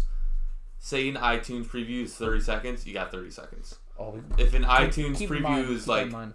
but you gotta look on iTunes because like Yeah. some songs have like 15. no, or there's- like they don't have a preview. Yeah, and some of stuff. them because I think it's depending on the amount of time the song is. Straight too, because you could do like a lot of people get away with like reaction videos and stuff. Yeah. Is you'll play like 25 seconds, pause it, say something for like 30 seconds, and then play it again and listen. That's how you do it. You can't have it straight through. So Yeah, like I know a lot of reaction channels that do watch it straight through, but like they record like half-hour long videos Yeah. for them because they listen to it and then they just talk about it. it like, also depends on how like Yeah. I know Warner Bros is super like they like, yeah we'll they cancel you yeah immediately. they just put the hammer down Yeah. right on your head real quick. It but- depends on who it is. Yeah, we just don't really ever try to use music Yeah. like that anymore. Like we had a 30-day keto challenge thing that we were doing. No. And so at the end of every one, I would put "Reptile" by Eric Clapton, Okay. just like as like the ending. And then Eric Clapton was like, "Don't do that." They Is were Eric like, Clapton yeah, this is banned in like a whole bunch of countries but your own. I was Yeah. like, okay, well that's fine. At for least, me, at I least we guess. have us. I haven't had any issues yet, but that's like I usually keep music playing on in like the background, Yeah. just like so that when like I do a lot of like. So like when I like have to formulate my thoughts, it's not just dead silence. Yeah. And I usually put on bands like Bolt Thrower and shit that like nobody No will one like hearing it in the background knows be like that's fucking Bolt Thrower, man. Like what the fuck? Like, nobody knows. It's like, Nobody knows. is Bolt Thrower still a band? Oh my god. I don't know, man. It's, But what else have you ever listened to Volumes before? Have you ever heard of that band? That band, yeah. Did I was you- never really into. I played with them once, but I don't Really? Yeah. I had seen them only once, but like I liked a lot of their older stuff. That's what I see a lot of people. And feel then they had kicked out one of their singers like And a he's few years back ago, now and now or he's something? back. Yeah. But the guy that was in there originally is now gone, Okay. and so the Mike that took over for Mike is still in the band So they had two vocalists, because they right? had two vocalists, So, and they like- both sounded almost the same. Yeah. You could just tell barely, and the one that I liked the most left the band. No. and then they brought in the other Mike, one with he has like a Y in his name, whatever. Okay.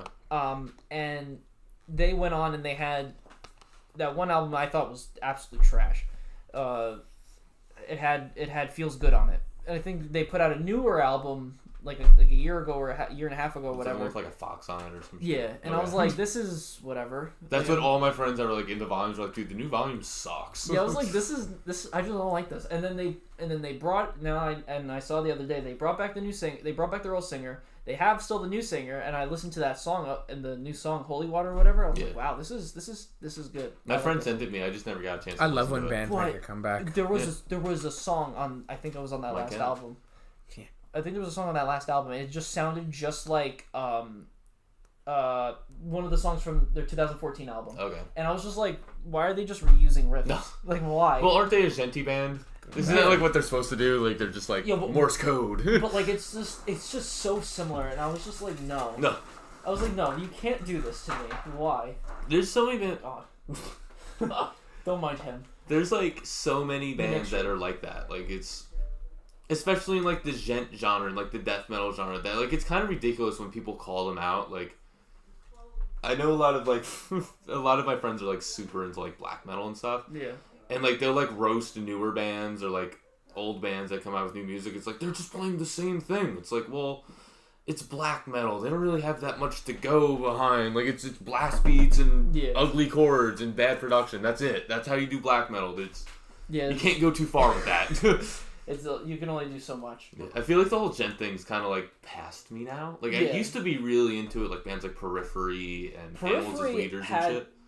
I still love what is it, Juggernaut? Yeah. That I feel like is like one of their best ones. I still think Alpha specifically is my favorite. Yeah, album. Alpha. Yeah, I love the title Omega, the title track Omega. Yeah. I love, even though it's like 11 minutes long. No. Like I love listening to I that love long songs because I love listening to Alpha and then going into Omega Yeah. and then listening to Omega and just feeling fucking chills listening to the Well, ending because of like Omega. Alpha's supposed to be the good side and Omega's the bad That side. side, yeah. In terms of like the concept. Yeah, and like listening to the ending of Omega when you hear the title track Alpha chorus inside of it, I was like, bro, I'm getting chills. It's right a now. great It's so good. concept, and I saw them on that tour, and they did it very well. Like they were opening up for some bands I didn't really care about, and I got there right after work. Like I was literally like in my work clothes when I saw them on that tour, and it was straight up the type of thing. It was like I called up Steven, and I was like, yo, you want to go see Periphery at like 6 o'clock later? And he was like, yeah, sure. I was like, okay. So we went there, and Periphery was opening, and they did like, say they played 7 songs, 5 of them were from the Juggernaut record, and they opened up with 2 of their older songs, and you could tell like they kind of wove together the newer, like the Juggernaut songs to kind of tell the story, but like not in an hour and a half in like a 30-minute set, and it's cool. Like I still love them. Like I love Periphery. They're one of the best in the game ever. Really, I love Animals as Leaders. The whole gent thing just kind of all sounds like noise. Like Meshuggah, I love Meshuggah. Yeah. Can't listen to them for more than like a half hour. Yeah. Like after that, it's just like, okay, we get it. Like, yeah, I get it. Polyrhythms, genting, okay. Yeah, we're good. Like I saw Dying Fetus. I've seen them a million times, but the last time I saw them, they had an hour set. I usually see them as like an opener, and I was like, they're so much better when they only have like a half hour set, because it's the same thing. Like there's only so much you could do with like and like just like slam riffs. It's like okay, I get it now. Yeah, we're done. This is like fun. Death metal isn't really meant to be a headlining set type of thing, guys. Even though like some bands do well. When I was watching your Cannibal Corpse video and you were talking about the album Torture and watching them do a lot of the songs live. I remember because when they were on Mayhem Fest and they had that sideshow on Starland. Yeah. And then when they had that sideshow at Starland with Suicide Silence, and that when they fucking came on, bro, I lost my shit. It was so good. I was just listening to that and I couldn't contain my excitement. Like they were great live. And I had left.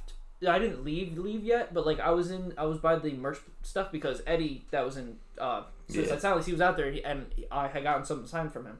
And what came on? Was it Scourge of Iron came on? That's the one. And the whole fucking place shook and I was like, oh fuck. That's just the heaviest shit. And I was like, I ran the fuck back. I was like, I gotta fucking see this song. And I was so happy this year. Last time I saw them, they opened with that. It was the Slayer tour.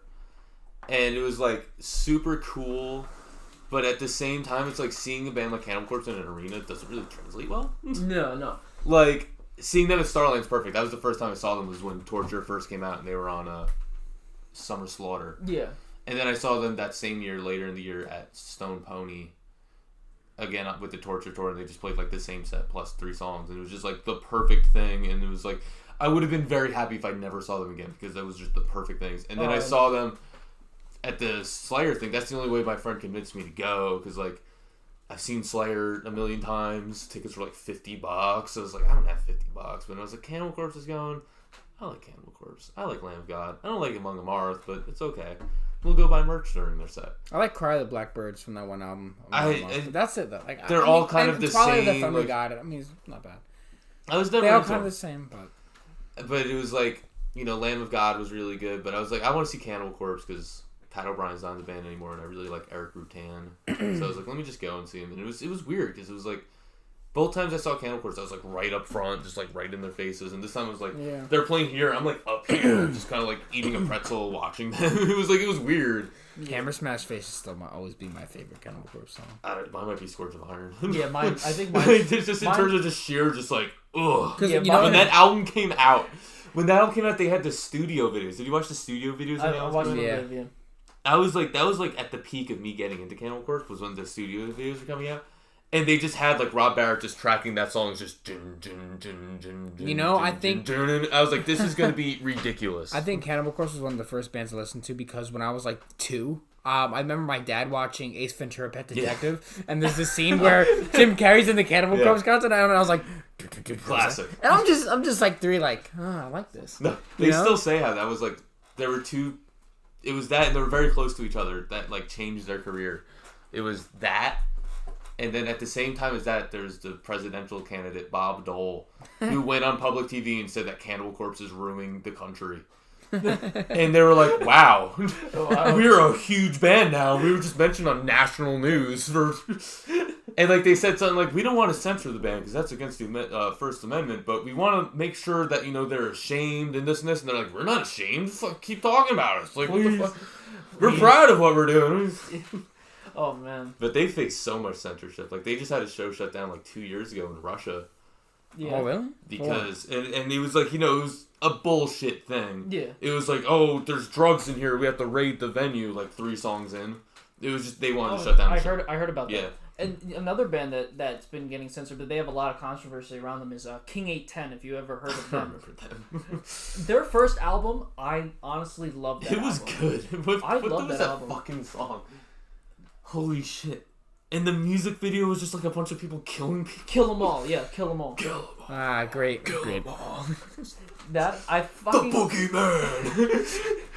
I love that. I love that album, but like all the other shit that they have, I was like, I'm not into it. I don't You know just why. told me that they have new music. I didn't even know. They had an album come out like a couple years later, I think in like 2017, and there was a couple good songs on there, and I was real hyped for it too, and I was just like, oh, I'm so disappointed. I was so disappointed, and then they put out other songs, like I don't know, like I guess a couple EPs or something, and like they weren't as good, and then they've had a lot of controversy with because that they The gang affiliation. And because shit. they conceal carry, Yeah. they carry guns and stuff in a lot of places. They don't. Well, that's part of They their don't like thing, that. though. Yeah, and they're like, oh, you're not allowed to do that, and they're like, we're gonna do that. It's Yeah. alright, whatever. And so like they're not allowed to play like in a lot of places and stuff. Like, I mean, that was their whole thing when they came out. It was like, this band's the most dangerous band ever because, Yeah. like, you know, they're from Good. Flint, Michigan, and everything. I And was the like, only reason why I even found them was because when Point Five: The Great Chapter came out for Slipknot, they were on tour, that first Yeah. tour, and that's how I heard of them. And so then I listened to that first album. I was like, wow, that was a good album. I love that album. I listened to that in full. I would listen to that album in full like 5 times Yeah, there was one song on it. a week. I don't remember the name of it, but it had such a great riff, like something lovers. Oh yeah. Hold on. It had such a good riff, like just such a like Yeah. like. Oh, yeah. Like not like Oh, What was that? I don't remember what the name of that song. is. Desperate Lovers. Yeah, Yeah. that song was hard. Murder. It's just like The they're beginning. just cringy. That's it. Super. It was just super about it. And then Fat Around the Heart was another really good I don't song I liked from remember. that one. I have the CD somewhere. I have the CD. Memoirs of a Murderer is that the name of Is the the album? name of the So album. many CDs that I need to Memoirs of a buy. Murderer, yeah. So many. I don't have the money for The these aux CDs, thing man. made my entire music buying situation so much more expensive And because now I can't justify buying a CD because I'm like I just have it right here. yeah. So I pre-order the vinyl, which is like the difference between like a $10 CD or a $35 record. So it's like I really want the physical, and like I said, I collect vinyl, but it's like a lot of money. I think the last thing I pre-ordered was Cal Decapitation's last album. because I wanted to get a review out for it. Yeah, like I have like a whole list of new music, and I'm just like, I just give it to my girlfriend. I'm like, here, for my birthday or for Christmas, just pick some. Just pick some. I don't care. He's a list. The issue I always have with Teresa is that I go through phases like that. So whenever I tell her, like, if she asks me what I want for, like, my birthday or something, I'm like, well, this is what I'm listening to now. And she's just like, you're not going to be listening to that in July. I'm like, you're right. She's just like, like, right now I'm, like, really into Ozzy. Like, I don't know why I've just been listening to Ozzy nonstop. Because, well, he has, like, Parkinson's. Yeah, because he's going to die soon. But even before all that, like, for the past, like, 3 or 4 months, I've just been like, yo, Ozzy fucks. Like, Ozzy was good. Well, I thought he was going to die since I was, like, born. Yeah. But now, like, it looks like he's going to die. And, like... Yeah. I really hope they don't release his new album because it's going to be bad and it's going to ruin his legacy, and that's a totally different thing because I love his last album, and just all of the songs he released so far absolutely suck. It's just like yesterday I was listening to Down to Earth and I was like, wow. Yeah. Yeah. I love that man. He lived a hell of a life. Like I know he's still alive, but like he is a savage. Did a lot of shit. He did a lot of him and like Motley Crue. Yeah. Just savages, man. Well, they had that tour together in like '86 or something. That was like the peak of just like, let's just do cocaine and snort fire ants and fuck it. And bite bats. Yeah. Like it was I don't remember what I was gonna say. I think Ozzy's really cool. I still think the best like the decade of like rock and metal probably the '80s. That's when everything was I don't really kicking know. out. '80s man. is like one of the most diverse because there's a lot of good shit. Like there's got a lot of great punk rock. Like you got Bad Religion and No Effects and like Minor Threat and Bad Brains and all that. And then you have like early thrash metal, which is cool, and super early death metal. But then you have like glam shit that I'm not really into. A lot of the pop music then was corny, but I was into it. Like The Cure is one of my favorite bands. So like at the same time, I agree with you. Yeah. But at the same time, like there was also a lot of shit in the 80s. There was like I remember what The Cure, Just Like Heaven. I was like I think that's the best song.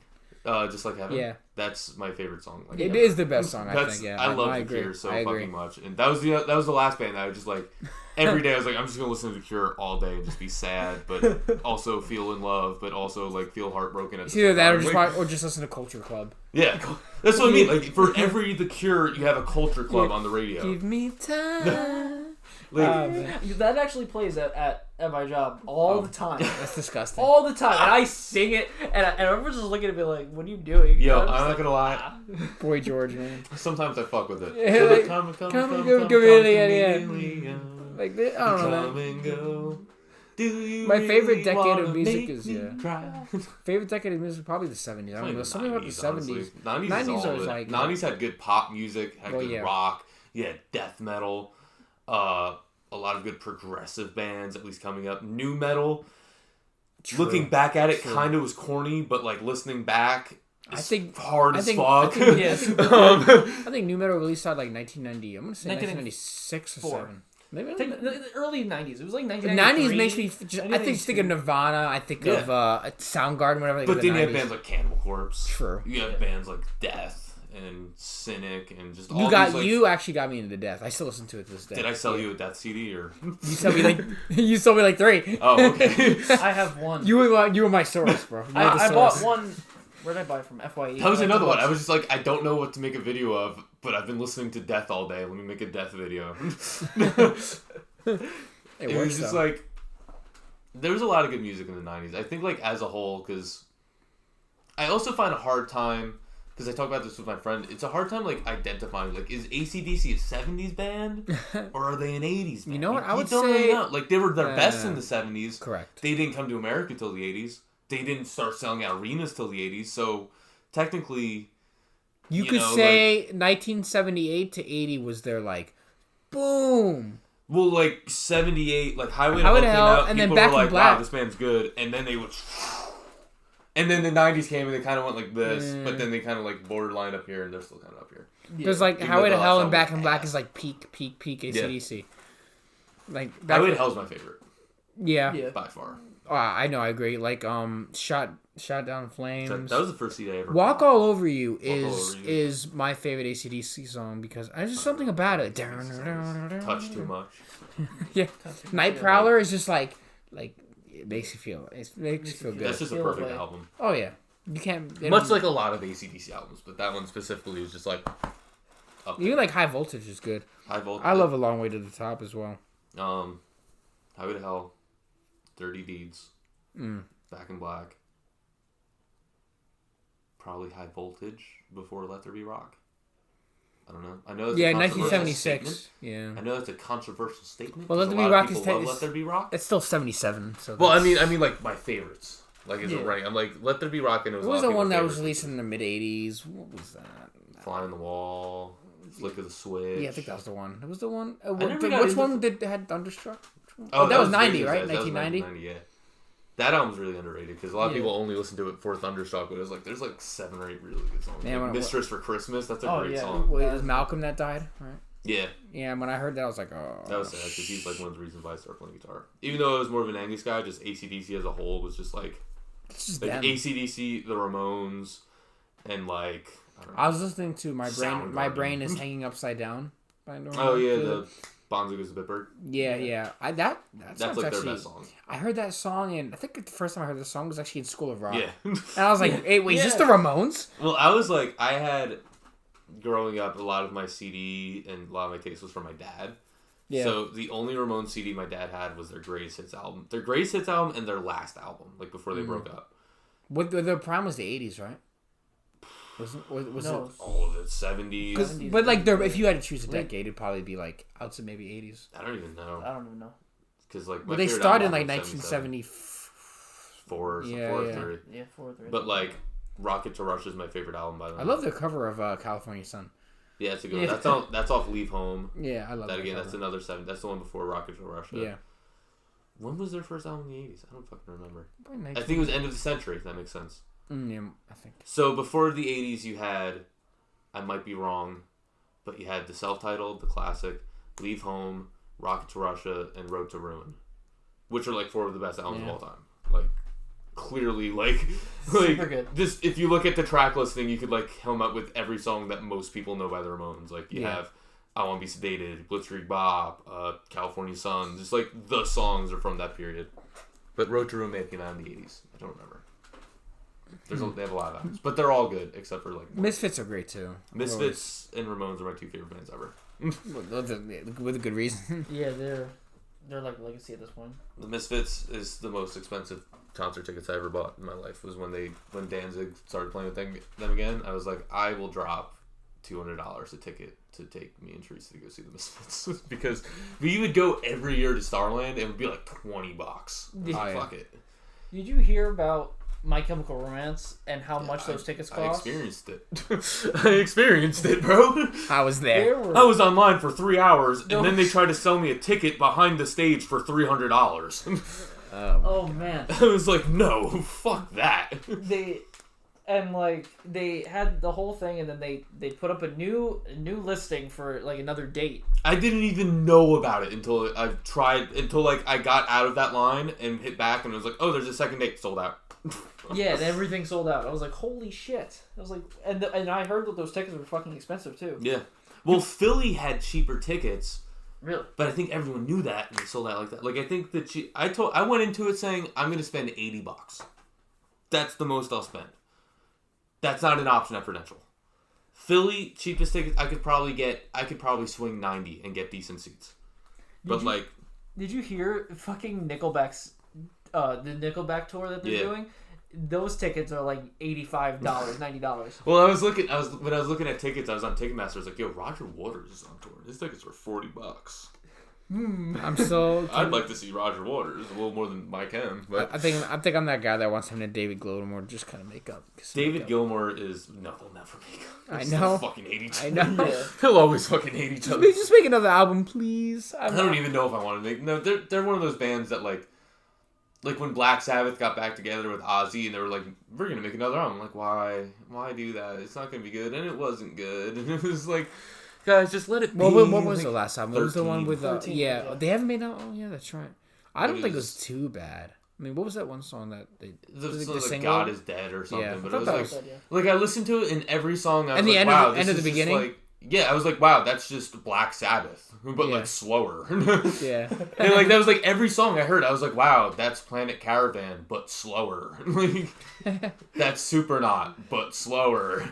But they're still not. But they're still like friends, right? Ozzy and them. They're still, but they're just not. We don't really know about that because there was a. Do you know the drama throughout Black Sabbath's career, like post Ozzy? Ozzy quit the band like 4 times in the 70s. Yeah. There's like 3 different versions of Never Say Die with different singers, and then when he quit, then Dio came in and he made those 2 records that a lot of people really like. I'm okay with them. The Mob Rules is alright. Like they have good songs on them, but as a whole, just. I'm an Ozzy guy, like the 70s. Well, yeah, Iron Man, dude. I mean, yeah. And then Dio left, and they got the guy from Deep Purple. They just got drunk and just partied all the time, and just ended up in a studio and released an album. And then he left, and then like Ozzy was suing them over the name, but it was like Ozzy contributed nothing to Black Sabbath's creation other than singing on it. Yeah. Like he didn't write anything, he didn't come up with the name. He was just kind of there singing. And it was just it was mostly Sharon, I'm assuming. Sharon just being like, fuck that, we should be able to play Paranoid live because reasons and shit. And Black Sabbath wasn't really at a time where they could like countersue because they had no money and were like playing like clubs at the time where Ozzy was like selling out football stadiums. Yeah, well, and when he 1981 when he came out with the Blizzard of Oz, like that was like Oz, I was just listening to that album and I sent it to Josh. I was like, yo, Blizzard of Oz is the best album ever. Dude, rest in peace Randy Rhoads, man. Randy Rhoads is one of my favorite guitar players ever. That's oh man. Underappreciated in my 3-month Ozzy binge I've been on. Jake E. Lee is fucking amazing too. Yeah. Oh, yeah. He was like, I'm listening to these albums and like I'm like learning the songs too. I'm like, he does a lot of really cool shit. Even like Randy Rhoads is obviously just like what he plays and how he plays is just like even Tears, man. I still listen to that album. Yeah. He's just like, I don't know. I like Ozzy. I would have gone to see him with Marilyn Manson, but now he's probably not going to tour, and tickets for that were like $170. Oh like, yeah, okay yeah. No. I'm okay with that. Absolutely not. Did Manson come out with a new album lately? A couple years ago. Say 10. Okay. That was what it was gonna be called, but then they changed it to Heaven Upside Down. Oh, but they have a song called Say 10. Oh, okay. Which is so stupid. Yeah. I didn't even get it at first. It was like I sent it to someone. I was like, "Yo, Marilyn Manson's coming out with an album called Say 10." But then I said it out loud. I was like, "Oh, dumb." Wow. My life. Marilyn Manson. This is where we are at this point. Yeah. I don't even know anymore. I feel like a lot of the, the older bands that are coming back, they don't. I feel like a lot of their music isn't as great. It's really not. A lot of bands that come back, like we were talking about with Pink Floyd, I was like, I don't want them to come out with another album. Yeah, no. If they come back together, it was like just play shows. Like it's my yeah. Don't ruin your legacy for the sake of like needing money. Not even just like, oh, we're creative again. It was like, shut the fuck, just play like The Wall, bro. Well, that's why you're getting back. Just release a solo album. That's what I mean. Like if they just came back together, just do a concert or something. Yeah. But it's just it's that nostalgia in me, like. Maybe like some of my maybe Sid Barrett is somewhere out there, like I don't know, maybe he'll come back and just I don't know, That's like when he died. and then when 19 or something, he's long. I remember I saw a documentary about him before I was even into Pink Floyd. He got crazy, right? Yeah, because I think I mean when they were making Wish You Were Here, they came Sid Barrett visited him in the studio, the like song eyebrows was, shaved. about him. Yeah, his eyebrows were like shaved off, and I was like, what the It's just really like a lot of bands just kind of come back and like I hope My Chemical Romance makes another album because like those are still like they haven't been gone for that long, like 8 years, so it's not really like that big of a thing, and they've all been doing their own musical things. And Did you listen to that new Blink-182? I liked California. I didn't listen to the last one. I didn't like it. I really have no desire to because every time I listen to it, I'm like, wow, this is a not as good Alkaline Trio song. Whenever I think of Blink-182, for some reason I think of the old American Pie movies. Is that just me? The running scene, right? Yeah. That's what it is, yeah. Oh, and I think of American Overboard. Was that the song? I think it was Mutt. I think it was Mutt. Okay. When the first American Pie, where he runs the house to see the webcam. When he's running between the two houses. And then there's American Pie 2 in the intro song, like when the credits come in, it's like every time I look for you, the sun goes down. Every time I look for you, the sun goes down. Well, that's the OG Blink-182. I don't even remember. That's what I mean. I miss Tom. Yeah. He's doing Angel and Airwaves again, so that's cool. I like them. They were cool back in the day. I'm pretty biased on this, and I feel like no one's gonna say they agree with me, but I want Mudvayne to make another album. But I know they will not. I know they will not do that. Well, what? I thought they were going to. No. Well, I feel like Chad's just like Nah, dog, not now. Hell yeah.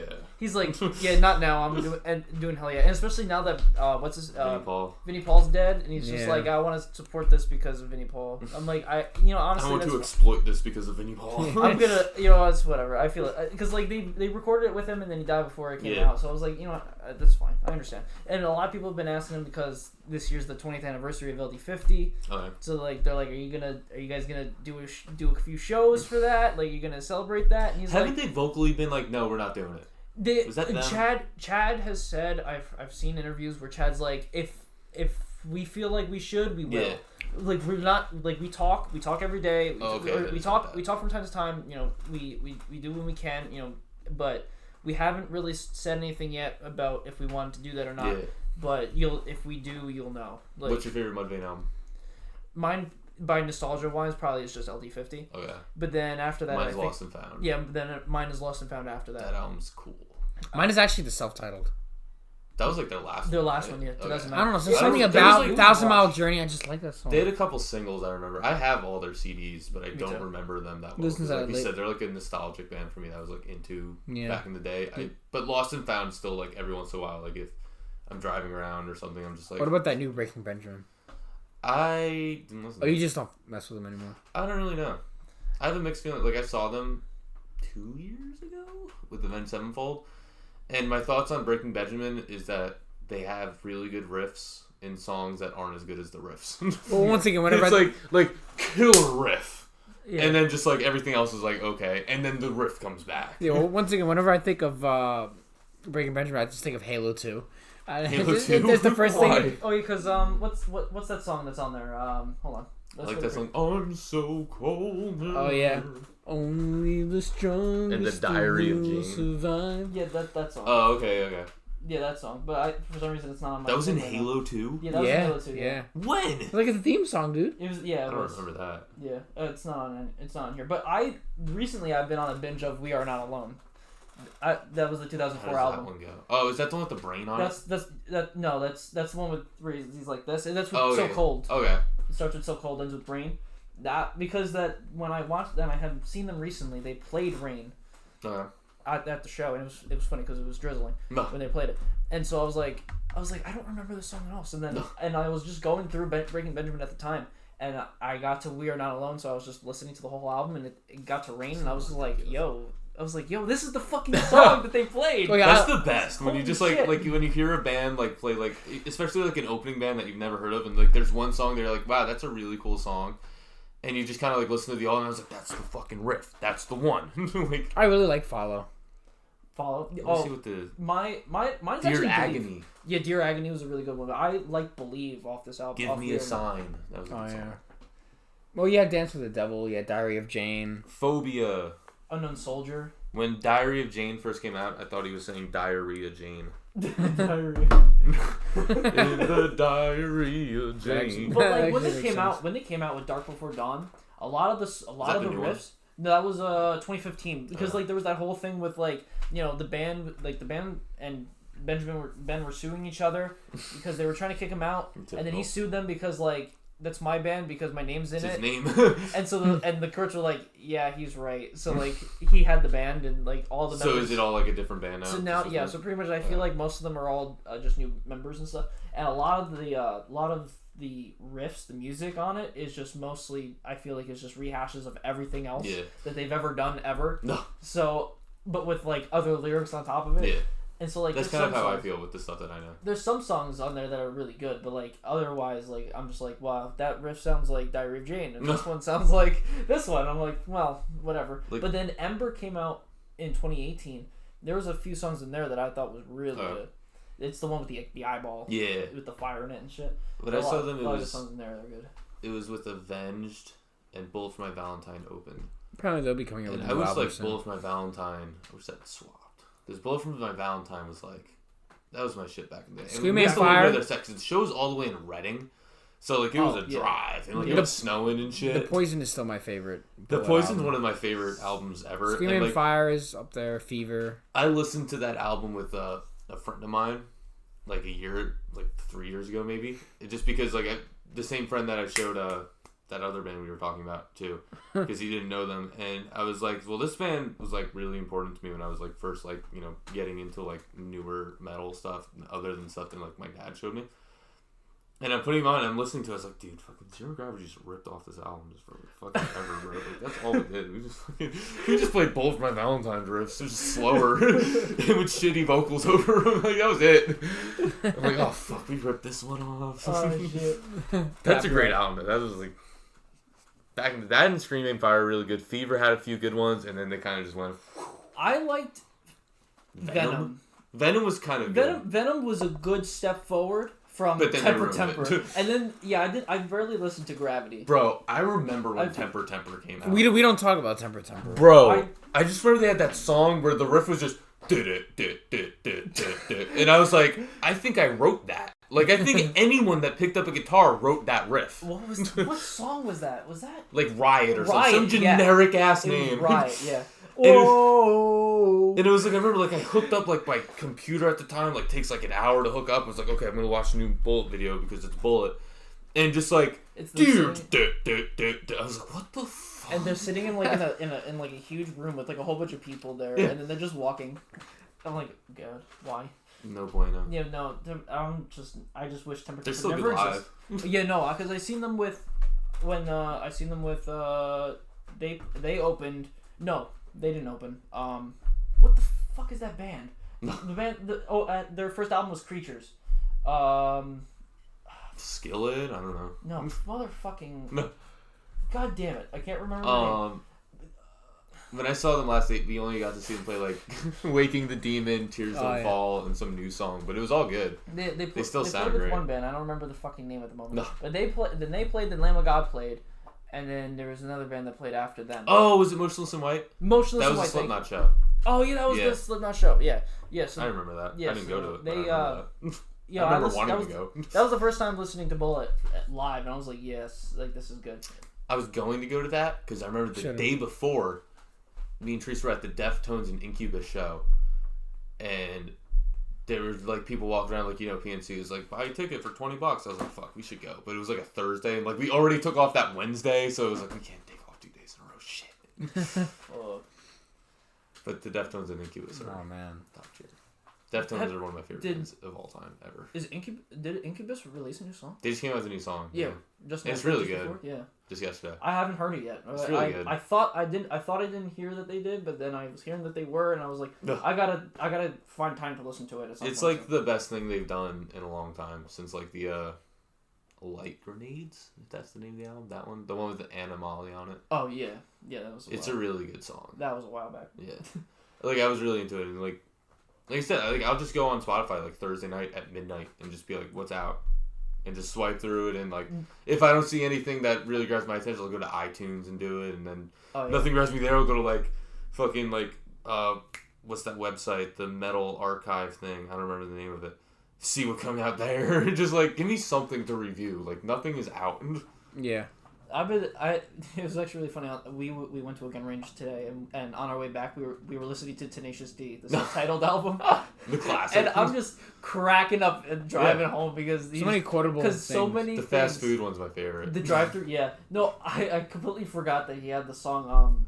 Take one chicken nugget and shove it up your ass. Shove 2 of them up your ass. No, but he had the one song where he's talking about riding the horse, and he's like, big ass! And I was like, I fucking forgot he did that.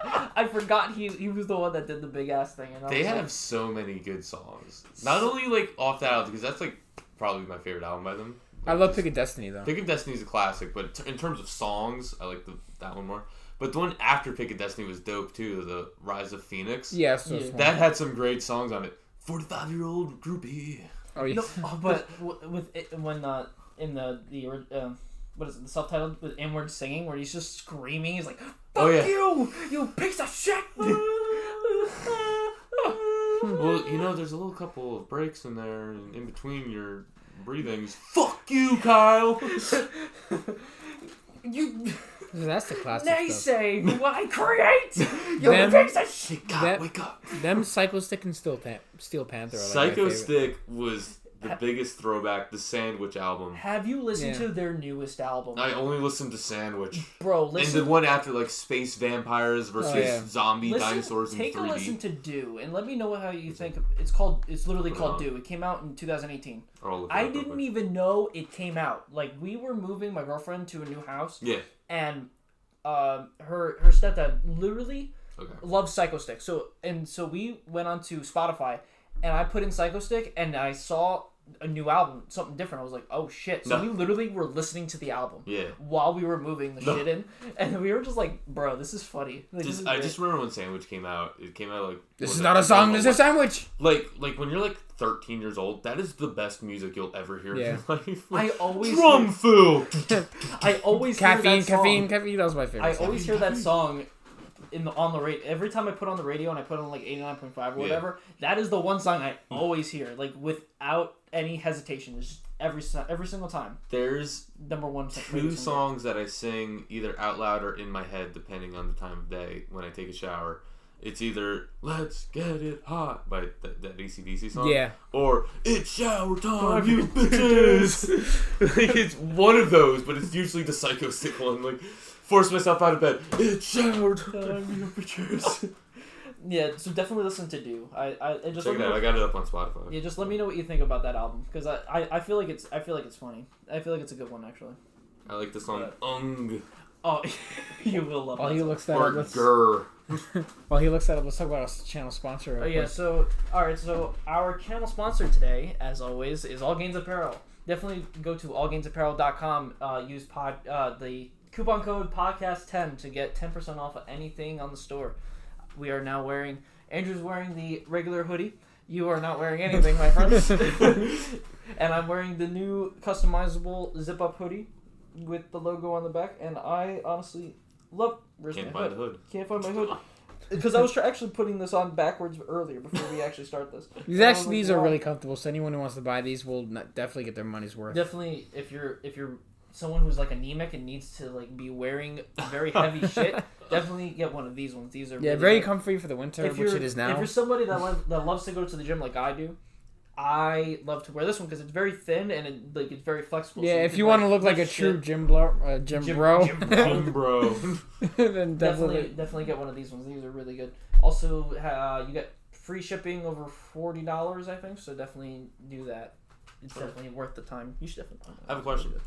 I have Shoot. an answer. How much are those? The customizable one is a premier thing, so it's like I think it's like $39.99 or it's anywhere between, depending on the size, it's anywhere between $39.99 and I think $43.99. I have a second question. Could I buy like 40 of them and put my band's name on them and sell them again? I would recommend not to, but I mean you're also sponsoring me in a sense, so I mean I'll have to think about that. We can discuss that another time. secret deals. Yeah. Deals coming Just out. mark Okay. them a little bit. Where can people find you? People can find me on YouTube at Pair of Jeans Reviews. That is what? Pair of Jeans. Pair of jeans. Like I love that. jeans reviews. I love that name. I'm also on Instagram at Pair of Jeans Reviews, and my real name Alex Paragine. I play guitar in bands.